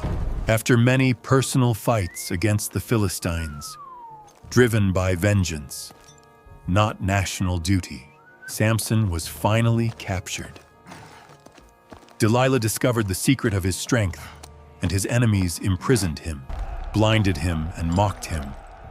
But in the end, he fulfilled his mission, giving his own life. At that moment, he killed more Philistines than in all his life. Judges 16:30. These leaders show a clear theme. God saved his people through imperfect people. Their weakness made it evident that victory came from God, not human strength. The last chapters of Judges 17-21 bring shocking stories that show how far Israel had fallen in morality and faith. These chapters do not follow a chronological order, but act as a conclusion, showing what happens when religion and society disintegrate. One story speaks of Micah, a man from the hill country of Ephraim, who created a sanctuary at home. He made an ephod, some silver idols, and consecrated his son as a priest. Judges 17:5. Later, he hired a Levite as a private priest, mixing the worship of God with idolatry. This private and confusing religion broke the correct way to worship according to the law. The story does not bring judgment, showing how this was already common. The situation got worse when warriors from the tribe of Dan came looking for land. They stole Micah's idols and took his priest. The Danites took everything Micah had made together with the priest and went to Laish. Judges 18:26-27. There they established their own center of idolatry, which lasted for many generations. The second story tells about a shocking crime in the city of Gibeah, in the land of Benjamin. A Levite who was traveling with his concubine stopped there to spend the night. Men of the city surrounded the house and demanded to abuse him. To protect himself, he handed over his concubine. She was so mistreated that she died. The next day, the Levite cut her body into 12 parts and sent one to each tribe. Everyone who saw it said, "Has anything like this ever happened since the Israelites left Egypt?" Judges 19:30. This terrible act led to a civil war. As the tribe of Benjamin refused to hand over the culprits, the other tribes attacked and almost destroyed Benjamin, leaving only 600 men alive. Later, they mourned having almost eliminated an entire tribe and created controversial plans to find wives for the survivors. This included the kidnapping of young women during a feast in Shiloh. These final stories show how far Israel had fallen. Without strong leadership or faithfulness to God's covenant, they had become so corrupt, even worse than the Canaanites they were supposed to replace. A phrase repeated in these chapters says, "In those days, Israel had no king," suggesting that having a king, although it was not God's original plan, became necessary because of the growing disorder and moral failure. The transition from the judges to the kings began with Samuel, who acted as prophet, priest, and judge. His story begins with the sincere prayer of his mother, Hannah, who promised to hand over her son to God, if she could have one. "I will hand him over to the Lord for all his life." 1 Samuel 1:11. When Samuel was born, she took him to the tabernacle in Shiloh after weaning him. There he grew up with Eli, the high priest. Unlike Samuel, Eli's sons were corrupt. 1 Samuel 2:12 says, "Eli's sons were wicked and did not know the Lord." Their actions reflected how Israel had become lost spiritually. God spoke to Samuel for the first time when he was still a child. 1 Samuel 3:1 states, "In that time, God's messages were rare and visions were not common." This showed how far the people were from God. One night, God called Samuel, but he thought it was Eli speaking. Only after several times, Eli realized it was God's voice. Samuel's first message was a warning against Eli's family. God said, "I will fulfill everything I promised against Eli's house." 1 Samuel 3:12. This prophecy marked Samuel as a true prophet, as it says in 1 Samuel 3:20. All Israel, from Dan to Beersheba, recognized that Samuel was chosen as the Lord's prophet. The prophecy was fulfilled when the Israelites were defeated by the Philistines. The Ark of God was taken, and Eli's sons died in battle. When Eli received the news, he fell backward, broke his neck, and died. This national disaster marked the end of priestly leadership in Shiloh and opened the way for Samuel's broader ministry. After 7 months of suffering among the Philistines who had led the ark to be taken, they decided to return it to Israel. Samuel took advantage of this moment to call the people back to God. He said to all Israel, "If you really want to return to the Lord, then get rid of the foreign gods and the Ashtaroth images among you. Commit yourselves to serve only the Lord." 1 Samuel 7:3. The people listened, removed their idols, and gathered at Mizpah to publicly confess their sins. While they were gathered, the Philistines attacked, but God intervened. The Lord sent a great thunder against the Philistines that day, causing confusion, and Israel defeated them. 1 Samuel 7:10. To remember this victory, Samuel placed a stone and called it Ebenezer, which means stone of help, he said. Until here the Lord helped us. 1 Samuel 7:12. Under Samuel's leadership, lost cities were recovered, and there was peace with the Amorites. Samuel continued judging Israel for many years. Every year he traveled between Bethel, Gilgal, and Mizpah, but lived in Ramah, over time. He appointed his sons as judges, but they did not follow his example. They were corrupt, chased money, accepted bribes, and distorted justice. 1 Samuel 8:3. This failure opened the way for a political change. The elders of Israel went to Samuel and said, "You are old, and your sons do not follow your paths. Give us a king to lead us, as other nations have." 1 Samuel 8:5. Samuel was troubled, but God told him to listen to the people, at the same time as he warned them about what a king would do. "A king will take your sons, will take your daughters, will take part of your harvests, and you will become his servants." 1 Samuel 8:11-17. Even so, the people insisted, "We still want a king to be like other nations." 1 Samuel 8:19-20. This request revealed a deeper desire to mix with neighboring cultures, precisely the problem that had been causing difficulties since the time of the judges. Despite being saddened, Samuel agreed to anoint a king following God's instructions. This marked the end of the judges' era. The monarchy was a new form of leadership, but the central problems, idolatry and resistance to God's government, would continue only with different forms. The time of the judges, with its repeated errors and fleeting victories, showed that Israel needed more than temporary leaders. Later prophets often looked to these stories to warn against turning away from God and remind the people that even in times of great failure, God remained faithful. The Judges' era left a lasting message about the conflict between Israel's call to be holy and the constant temptation to follow the world around it. The change to the monarchy did not start with God's plan. It came from the people.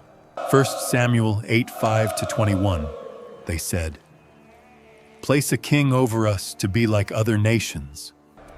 Deep down, this request revealed the desire to copy neighboring peoples and reject God's direct government.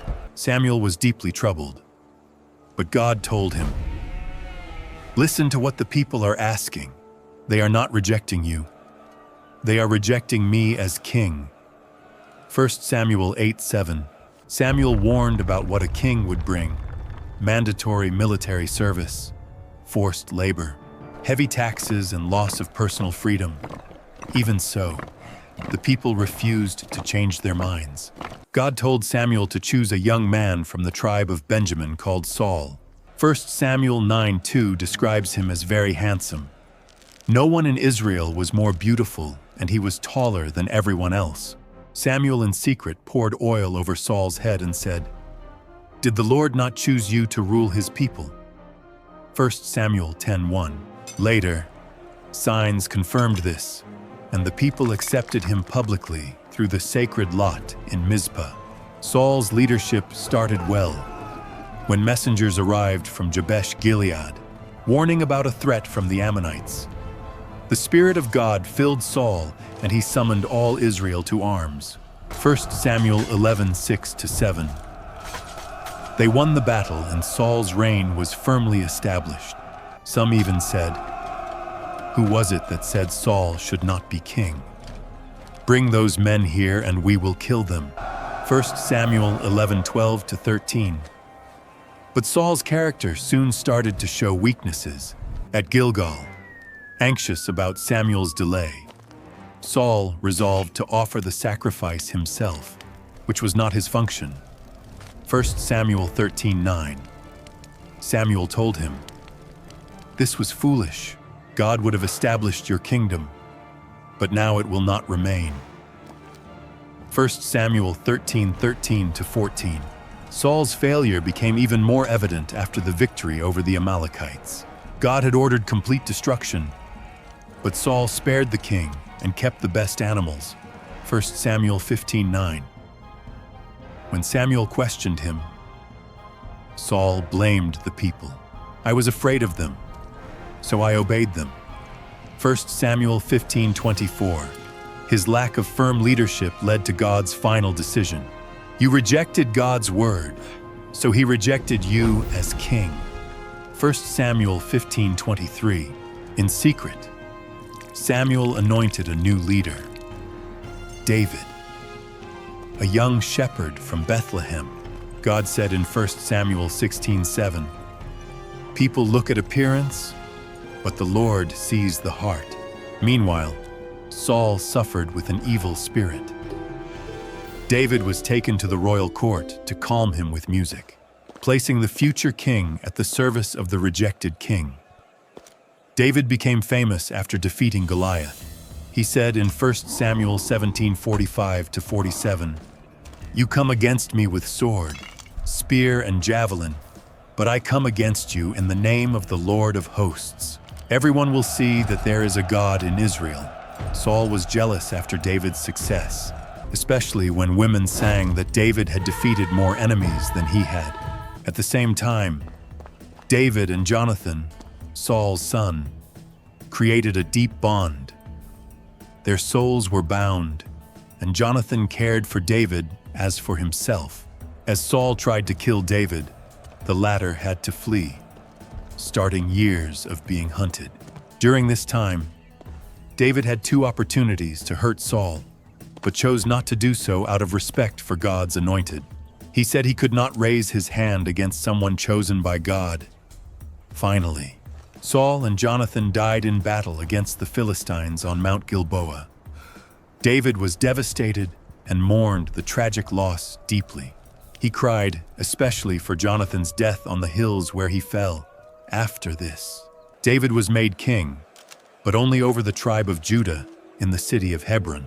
For 7 years he ruled Judah while Ishbosheth, Saul's son, led the northern tribes under Abner's guidance.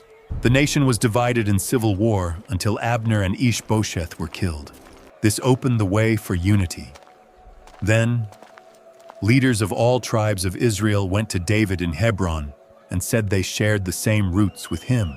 After conquering Jerusalem from the Jebusites, David chose it as his new capital. It was a strategic location between north and south and did not belong to any tribe previously. David also brought the sacred ark to Jerusalem, making it the center of worship. The ark was placed in a tent that David had prepared especially for it. When David planned to build a permanent house for God, he received an even greater promise through the prophet Nathan.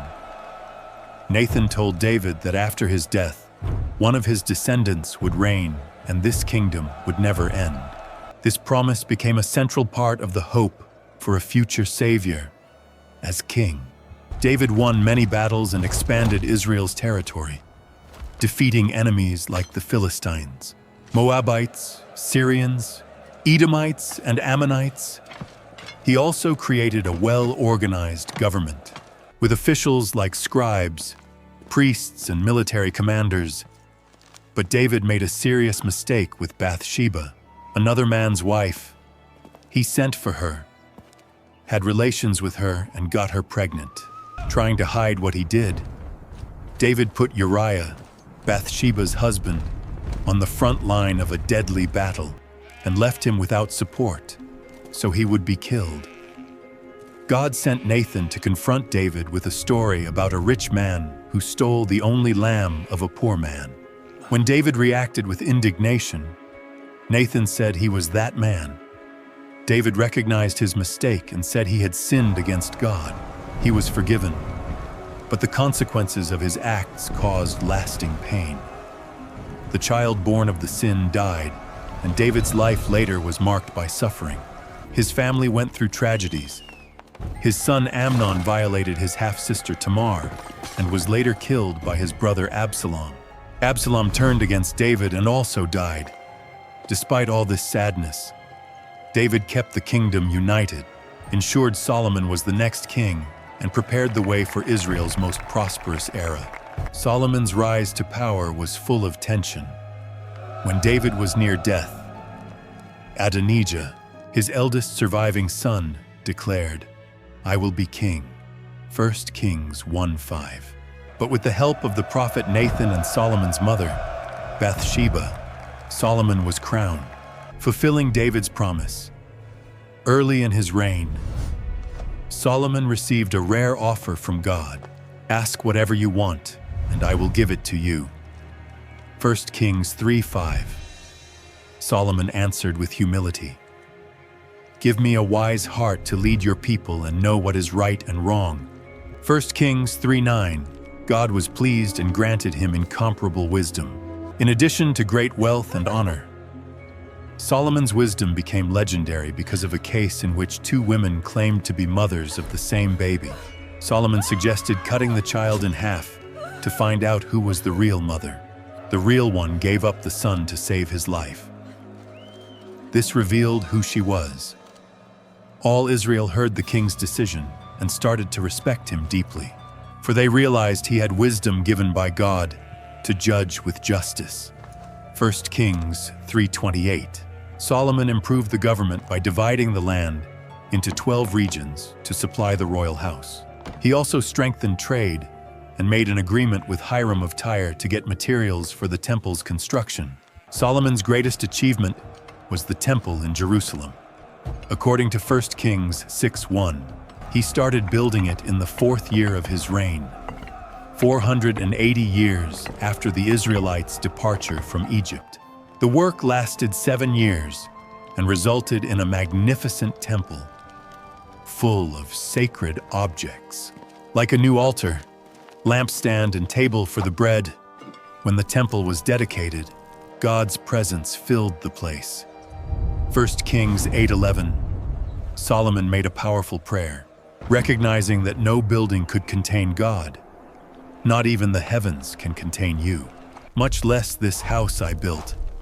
1 Kings 8:27.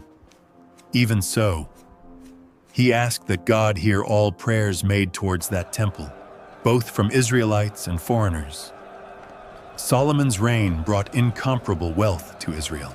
In 1 Kings 10:27, it says that silver became as common as stones in Jerusalem. His fame attracted visitors from afar, including the Queen of Sheba, who declared, "They didn't tell me even half. Your wisdom and success are much greater than what I heard." 1 Kings 10:7. But his wealth also led to spiritual problems. Solomon had 700 wives and 300 concubines, many through political alliances over the years. His many wives turned him away from the worship of the only true God. His devotion weakened, and he started building altars for other gods, like Chemosh of Moab and Moloch of the Ammonites. 1 Kings 11:4. Because of this betrayal, God declared a judgment. "Since you turned away from me and broke my pact, I will take the kingdom from you and give it to someone under your authority. But I won't do this during your lifetime. It will happen in your son's reign." 1 Kings 11:11-12. This started the future division of the kingdom. When Solomon died, his son Rehoboam faced a major challenge. The northern tribes asked that he lighten the burdens. "Your father made our life difficult. Please, lighten the heavy work and pressure you placed on us." 1 Kings 12:4.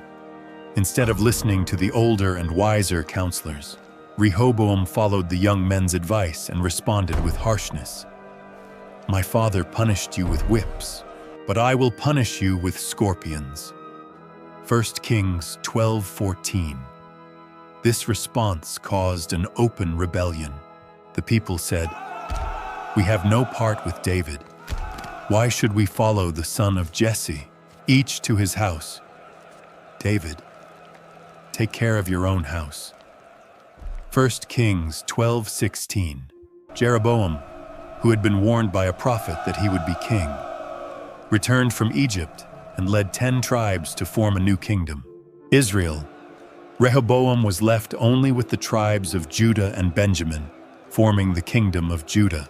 Shortly after, political separation was followed by religious separation. Jeroboam created new centers of worship in Dan, in the north, and in Bethel, near the southern border. He told the people, "You don't need to go to Jerusalem. Here are the gods who brought you out of Egypt." 1 Kings 12:28. He placed golden calves in these locations. Although they were to represent the Lord, they violated the second commandment and rivaled worship in Jerusalem. Jeroboam also created his own group of priests, who were not from the tribe of Levi, and instituted his own festival on the 15th day of the 8th month, a date chosen by him. 1 Kings 12:33. These actions started a long tradition of false worship in the northern kingdom. Because of this spiritual decline, God strengthened the prophet's role. Ancient prophets usually gave advice to kings. Now, new prophets started acting alone, challenging authority and denouncing the nation's sins. Elijah was one of these powerful voices during the reign of King Ahab, who married Jezebel and started serving Baal. 1 Kings 16:31. Elijah stood up and declared, "I swear by the Lord, God of Israel, whom I serve, there will be no dew nor rain in the coming years, except by my word." 1 Kings 17:1. After 3 years of drought, Elijah organized a dramatic confrontation on Mount Carmel between him and 450 prophets of Baal. He asked the people, "How long will you stay on the fence? If the Lord is God, follow him. If Baal is God, follow him." 1 Kings 18:21. When Baal didn't answer, but God sent fire from heaven to consume Elijah's sacrifice, the people shouted, "The Lord is God! The Lord is God!" After Elijah's great victory, Elisha took over as prophet and continued to demonstrate God's power through miracles. He healed a contaminated spring in Jericho, made a widow's oil last without end, and even resurrected a boy, son of the Shunammite woman, in the southern kingdom. Prophets like Isaiah acted close to the kings. They spoke harsh truths and also messages of comfort in a time when the Assyrians were a major threat. Isaiah told King Hezekiah not to fear. He will return by the same path he came. 2 Kings 19, verses 32 to 33. God fulfilled this when the Assyrian army was destroyed unexpectedly. But the prophets did not speak only of destruction. They also announced promises of a better future. Through them, God brought hope, saying he would renew his covenant. "I will place my law inside them and write it on their hearts." Jeremiah 31:33. They also announced a future king from David's lineage who would rule with justice. "I will give David a righteous descendant, a wise king." Jeremiah 23:5. As the two kingdoms approached disaster, the prophets' voices became even more essential. They preserved God's message during the exile and prepared the way for Israel's restoration. While this happened, the northern kingdom suffered with constant leadership changes. Unlike Judah, which kept David's descendants on the throne, Israel had 9 different families and 19 kings over about 2 centuries. 2 Kings 15 shows how unstable the situation became, describing 4 kings who succeeded each other rapidly. One of them, Shallum, ruled for only 1 month before being assassinated. All northern kings received the same judgment. He did what was evil in the Lord's eyes. He continued in the sins of Jeroboam, son of Nebat, who led Israel into sin. 2 Kings 13:11. Jeroboam's decision to create alternative worship locations became the center of the northern kingdom's corrupted spiritual path. Things reached a new level of decay under King Ahab. He is described as worse than all the kings before him. 1 Kings 16:30. His wife Jezebel of Sidon influenced him to make the cult of Baal official and to persecute God's prophets. During this time, Elijah made a powerful statement: "I am the only prophet of the Lord left." But Baal has 450 prophets. 1 Kings 18:22. Later, Jehu led a movement to eliminate the worship of Baal, and he eliminated Baal from Israel. 2 Kings 10:28. But even he left the golden calves in Dan and Bethel. No reform was deep enough to really change the kingdom's course. The prophets continued to warn about the nation's fall. Amos said, The time is coming when I will send famine to the land, not famine of bread, nor thirst for water, but of hearing the Lord's words. Amos 8:11. Hosea portrayed Israel's unfaithfulness, comparing it to a woman who chases lovers she will never catch. Then she will say, I will go back to my first husband. It was better for me before than now. Hosea 2:7. The northern kingdom's fall happened little by little. In the time of King Pekah, the Assyrians started their attacks. Tiglath-Pileser, king of Assyria, conquered cities like Ijon and regions like Galilee and Naphtali. Then he took many inhabitants and forced them to live in Assyria. 2 Kings 15:29. The final blow came during the reign of Hoshea, Israel's last king. 2 Kings 17:3-6. Shalmaneser, king of Assyria, came against him, invaded the land, besieged Samaria, and after 3 years captured the city. In Hoshea's 9th year, Israel's capital was taken and its people exiled to Assyria. The Bible is very clear about the cause of this tragedy. It happened because Israel sinned against God, copied the customs of other nations, and did behind their backs what was against him. 2 Kings 17:7-9. After the conquest, the Assyrians brought new peoples to the land. They placed settlers from Babylonia in the cities of Samaria. 2 Kings 17:24. This created a mixed group that practiced a mixture of beliefs. They feared the Lord, but also worshipped their own gods. 2 Kings 17:33. Over time, their descendants became known as the Samaritans, a group still present in New Testament times. Judah, which kept David's royal lineage, remained more stable and lasted about 135 years after Samaria's fall. While all northern kings are condemned in the scriptures, some Judah kings are praised.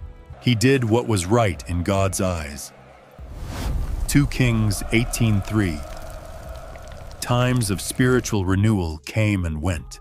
King Asa took courageous actions, removed the cult prostitutes, and destroyed all the idols made by his ancestors. 1 Kings 15:12. His son Jehoshaphat continued this work by sending leaders through the cities of Judah to teach the people. They carried with them the book of God's law. 2 Chronicles 17:8-9. Hezekiah promoted great reforms, ended pagan altars, destroyed sacred pillars, cut the Asherah pole, and even broke the bronze snake Moses had made. For the people had started burning incense to it. 2 Kings 18:4. Under his government, Judah survived a terrifying attack by the Assyrians when an angel of the Lord killed 185,000 soldiers in their camp. 2 Kings 19:35. But then came Manasseh, Hezekiah's son, who led the kingdom to deep darkness. He rebuilt pagan altars, raised altars for Baal, placed an Asherah pole, and worshipped the stars. He even burned his own son in sacrifice, practiced magic, sought omens, and consulted mediums and fortune tellers. As 2 Kings 21 explains, Manasseh's reign brought terrible violence. He shed so much innocent blood that Jerusalem became full from end to end. Although later he turned to God after being taken as prisoner to Babylonia, the spiritual damage he caused was deep and lasting. 2 Kings 23:26.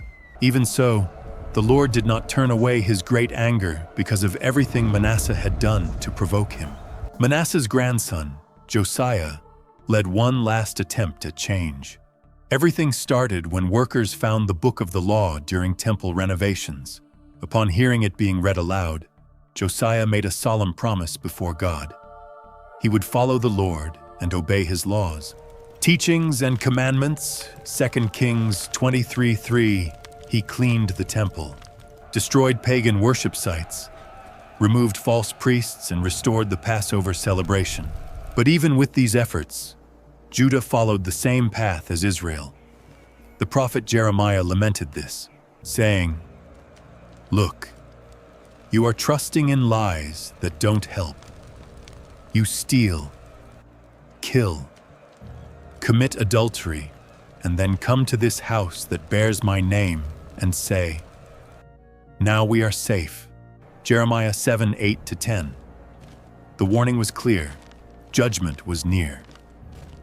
Jeremiah declared, "This whole land will become a ruined desert, and the people will serve the king of Babylon for 70 years. Jeremiah 25:11. Everything changed when the Neo-Babylonian Empire rose under King Nebuchadnezzar. In 605 BC, after defeating the Egyptians at Carchemish, the Babylonians took the lands before dominated by Assyria. Daniel 1:1-3 reports the first deportation. In the third year of King Jehoiakim's reign, Nebuchadnezzar came to Jerusalem and besieged it. He ordered Ashpenaz, chief of the officials, to bring young men from Israel's royal and noble families to Babylonia. Among them were Daniel and his 3 companions. Later, in 597 before Christ, after Jehoiakim's rebellion, Babylonia responded with a much larger deportation. According to 2 Kings 24:14, Jehoiakim surrendered to Nebuchadnezzar, who took all the temple and royal palace treasures, exiled all of Jerusalem's leaders and soldiers, in all 10,000 people. One of them was the prophet Ezekiel, who later would receive visions from God in Babylonia. Nebuchadnezzar placed Zedekiah, Jehoiakim's uncle, on the throne as a puppet king, but Zedekiah ignored Jeremiah's advice and ended up rebelling against Babylonia. 2 Kings 24:20. This led to Jerusalem's final destruction. 2 Kings 25:1-2 describes what happened next. Nebuchadnezzar and his army returned and besieged the city. The siege lasted until the 11th year of Zedekiah's reign, with famine ravaging the people. The city finally surrendered. Zedekiah tried to flee, but was captured. His punishment was brutal. As 2 Kings 25:7 reports, his children were killed before his eyes. Then he had his eyes put out and was taken prisoner to Babylonia. Jerusalem and its temple were completely destroyed. The Babylonians burned the temple, the royal palace, and all the city's important houses. They knocked down Jerusalem's walls, leaving it exposed and defenseless.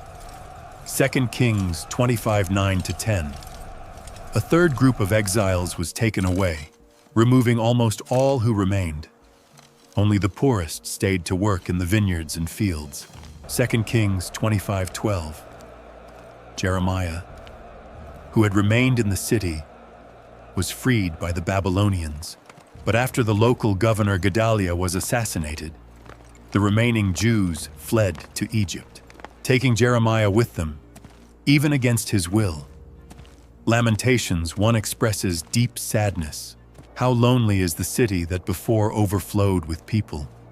It was honored among nations. Now it is sitting like a widow.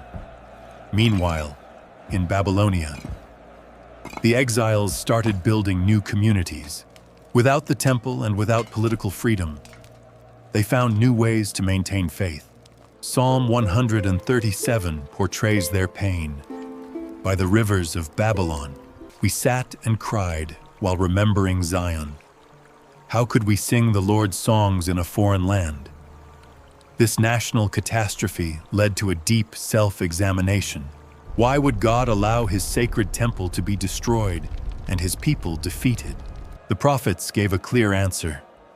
The exile came because the people broke their covenant with God. Jeremiah explained, "They abandoned my teachings and followed their own stubborn hearts. That is why I scattered them among the nations." Jeremiah 9:13-16. Ezekiel added that each one would be personally responsible. The soul that sins, that will die. Ezekiel 18:4.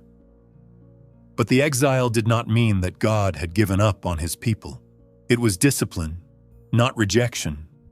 Isaiah brought hope. "For a brief moment I left you, but with great love I will bring you back. Isaiah 54:7. Jeremiah even gave a deadline. After 70 years in Babylon, I will come for you and fulfill the promise to bring you back. Jeremiah 29:10. During this time, new spiritual habits arose to preserve identity without the temple. Practices like circumcision, Sabbath keeping, and dietary laws became central signs of faith. The synagogue also arose as a local for reading scriptures and community prayer. Ezra later would represent this new focus, being known as a teacher well-versed in Moses' law. Ezra 7:6. The exile also transformed the way the people understood pain and loss. A new idea arose that suffering could have a meaning beyond punishment. Isaiah spoke of a servant whose pain would bring healing. He was wounded because of our transgressions and crushed because of our sins. His suffering brought us peace and his wounds healed us. Isaiah 53:5. The prophets also brought visions of a future much better than the past. Ezekiel saw a new temple with a river flowing from it, bringing life and renewal wherever it passed. Ezekiel described the vision of a temple with living waters coming out of it. Ezekiel 47.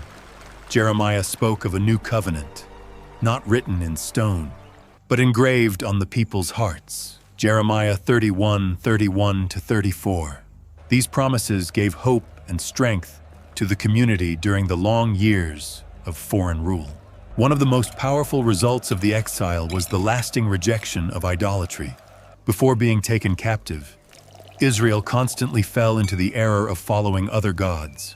But after returning from Babylonia, although they still faced other spiritual struggles, they never again returned to idolatry in the same way. The trauma of the exile seems to have erased this desire once and for all. The impact of the exile deeply shaped the Jewish faith that followed. The people returned to their land under the leadership of Zerubbabel, Ezra, and Nehemiah. They rebuilt the temple and restored Jerusalem's walls. However, total independence never returned, not until modern times. Instead, they lived under a series of empires, first the Persians, then the Greeks, and finally, the Romans. Even so, during all these centuries, they kept their faith alive. The memory of the exile served as a constant reminder of the price of breaking the covenant with God. In the period between the Old and New Testaments, groups like the Pharisees and Essenes arose, each trying to understand the exile's lessons and apply them to their time. Meanwhile, the hope for a Messiah grew. Many looked to Daniel's visions about the world's kingdoms and hoped for the Son of Man who would bring an eternal kingdom. Then, when John the Baptist started to preach, "Turn to God, the kingdom of heaven is near," his words echoed ancient hopes born during the exile. What seemed like the end was, in reality, a turning point in God's larger plan. Israel's history did not end in ruins. It was shaped through judgment and kept alive by God's faithful mercy, preparing the way for the next chapter of redemption. This leads us to the closing of this powerful journey through the Old Testament, from creation to the exile in Babylonia. As we have seen, this is not just a collection of ancient stories. It is a living account of the relationship between God and people, full of victories and failures, promises and corrections, sadness and restoration. In all this, one truth stands out. Even when humanity stumbles, God's mercy never gives up. Whether in the garden, in the ark, on Mount Sinai, in the Promised Land, in Jerusalem, or by the rivers of Babylonia, we see the same loving God working to restore what was broken. If this message inspired you or helped you understand the Bible more deeply, we invite you to help us share it. Subscribe to our channel so you don't miss more content made to strengthen your faith and deepen your understanding of the Scriptures. Share this video with friends, family, and on your social media, because everyone should have the opportunity to know God's Word. Just as generations of Israelites preserved these stories through exile and difficulties, we are also called to carry this legacy forward. By subscribing and sharing, you become part of a living chain of faith that crosses centuries. Until next time, may the wisdom found in the Scriptures guide and strengthen your walk with God.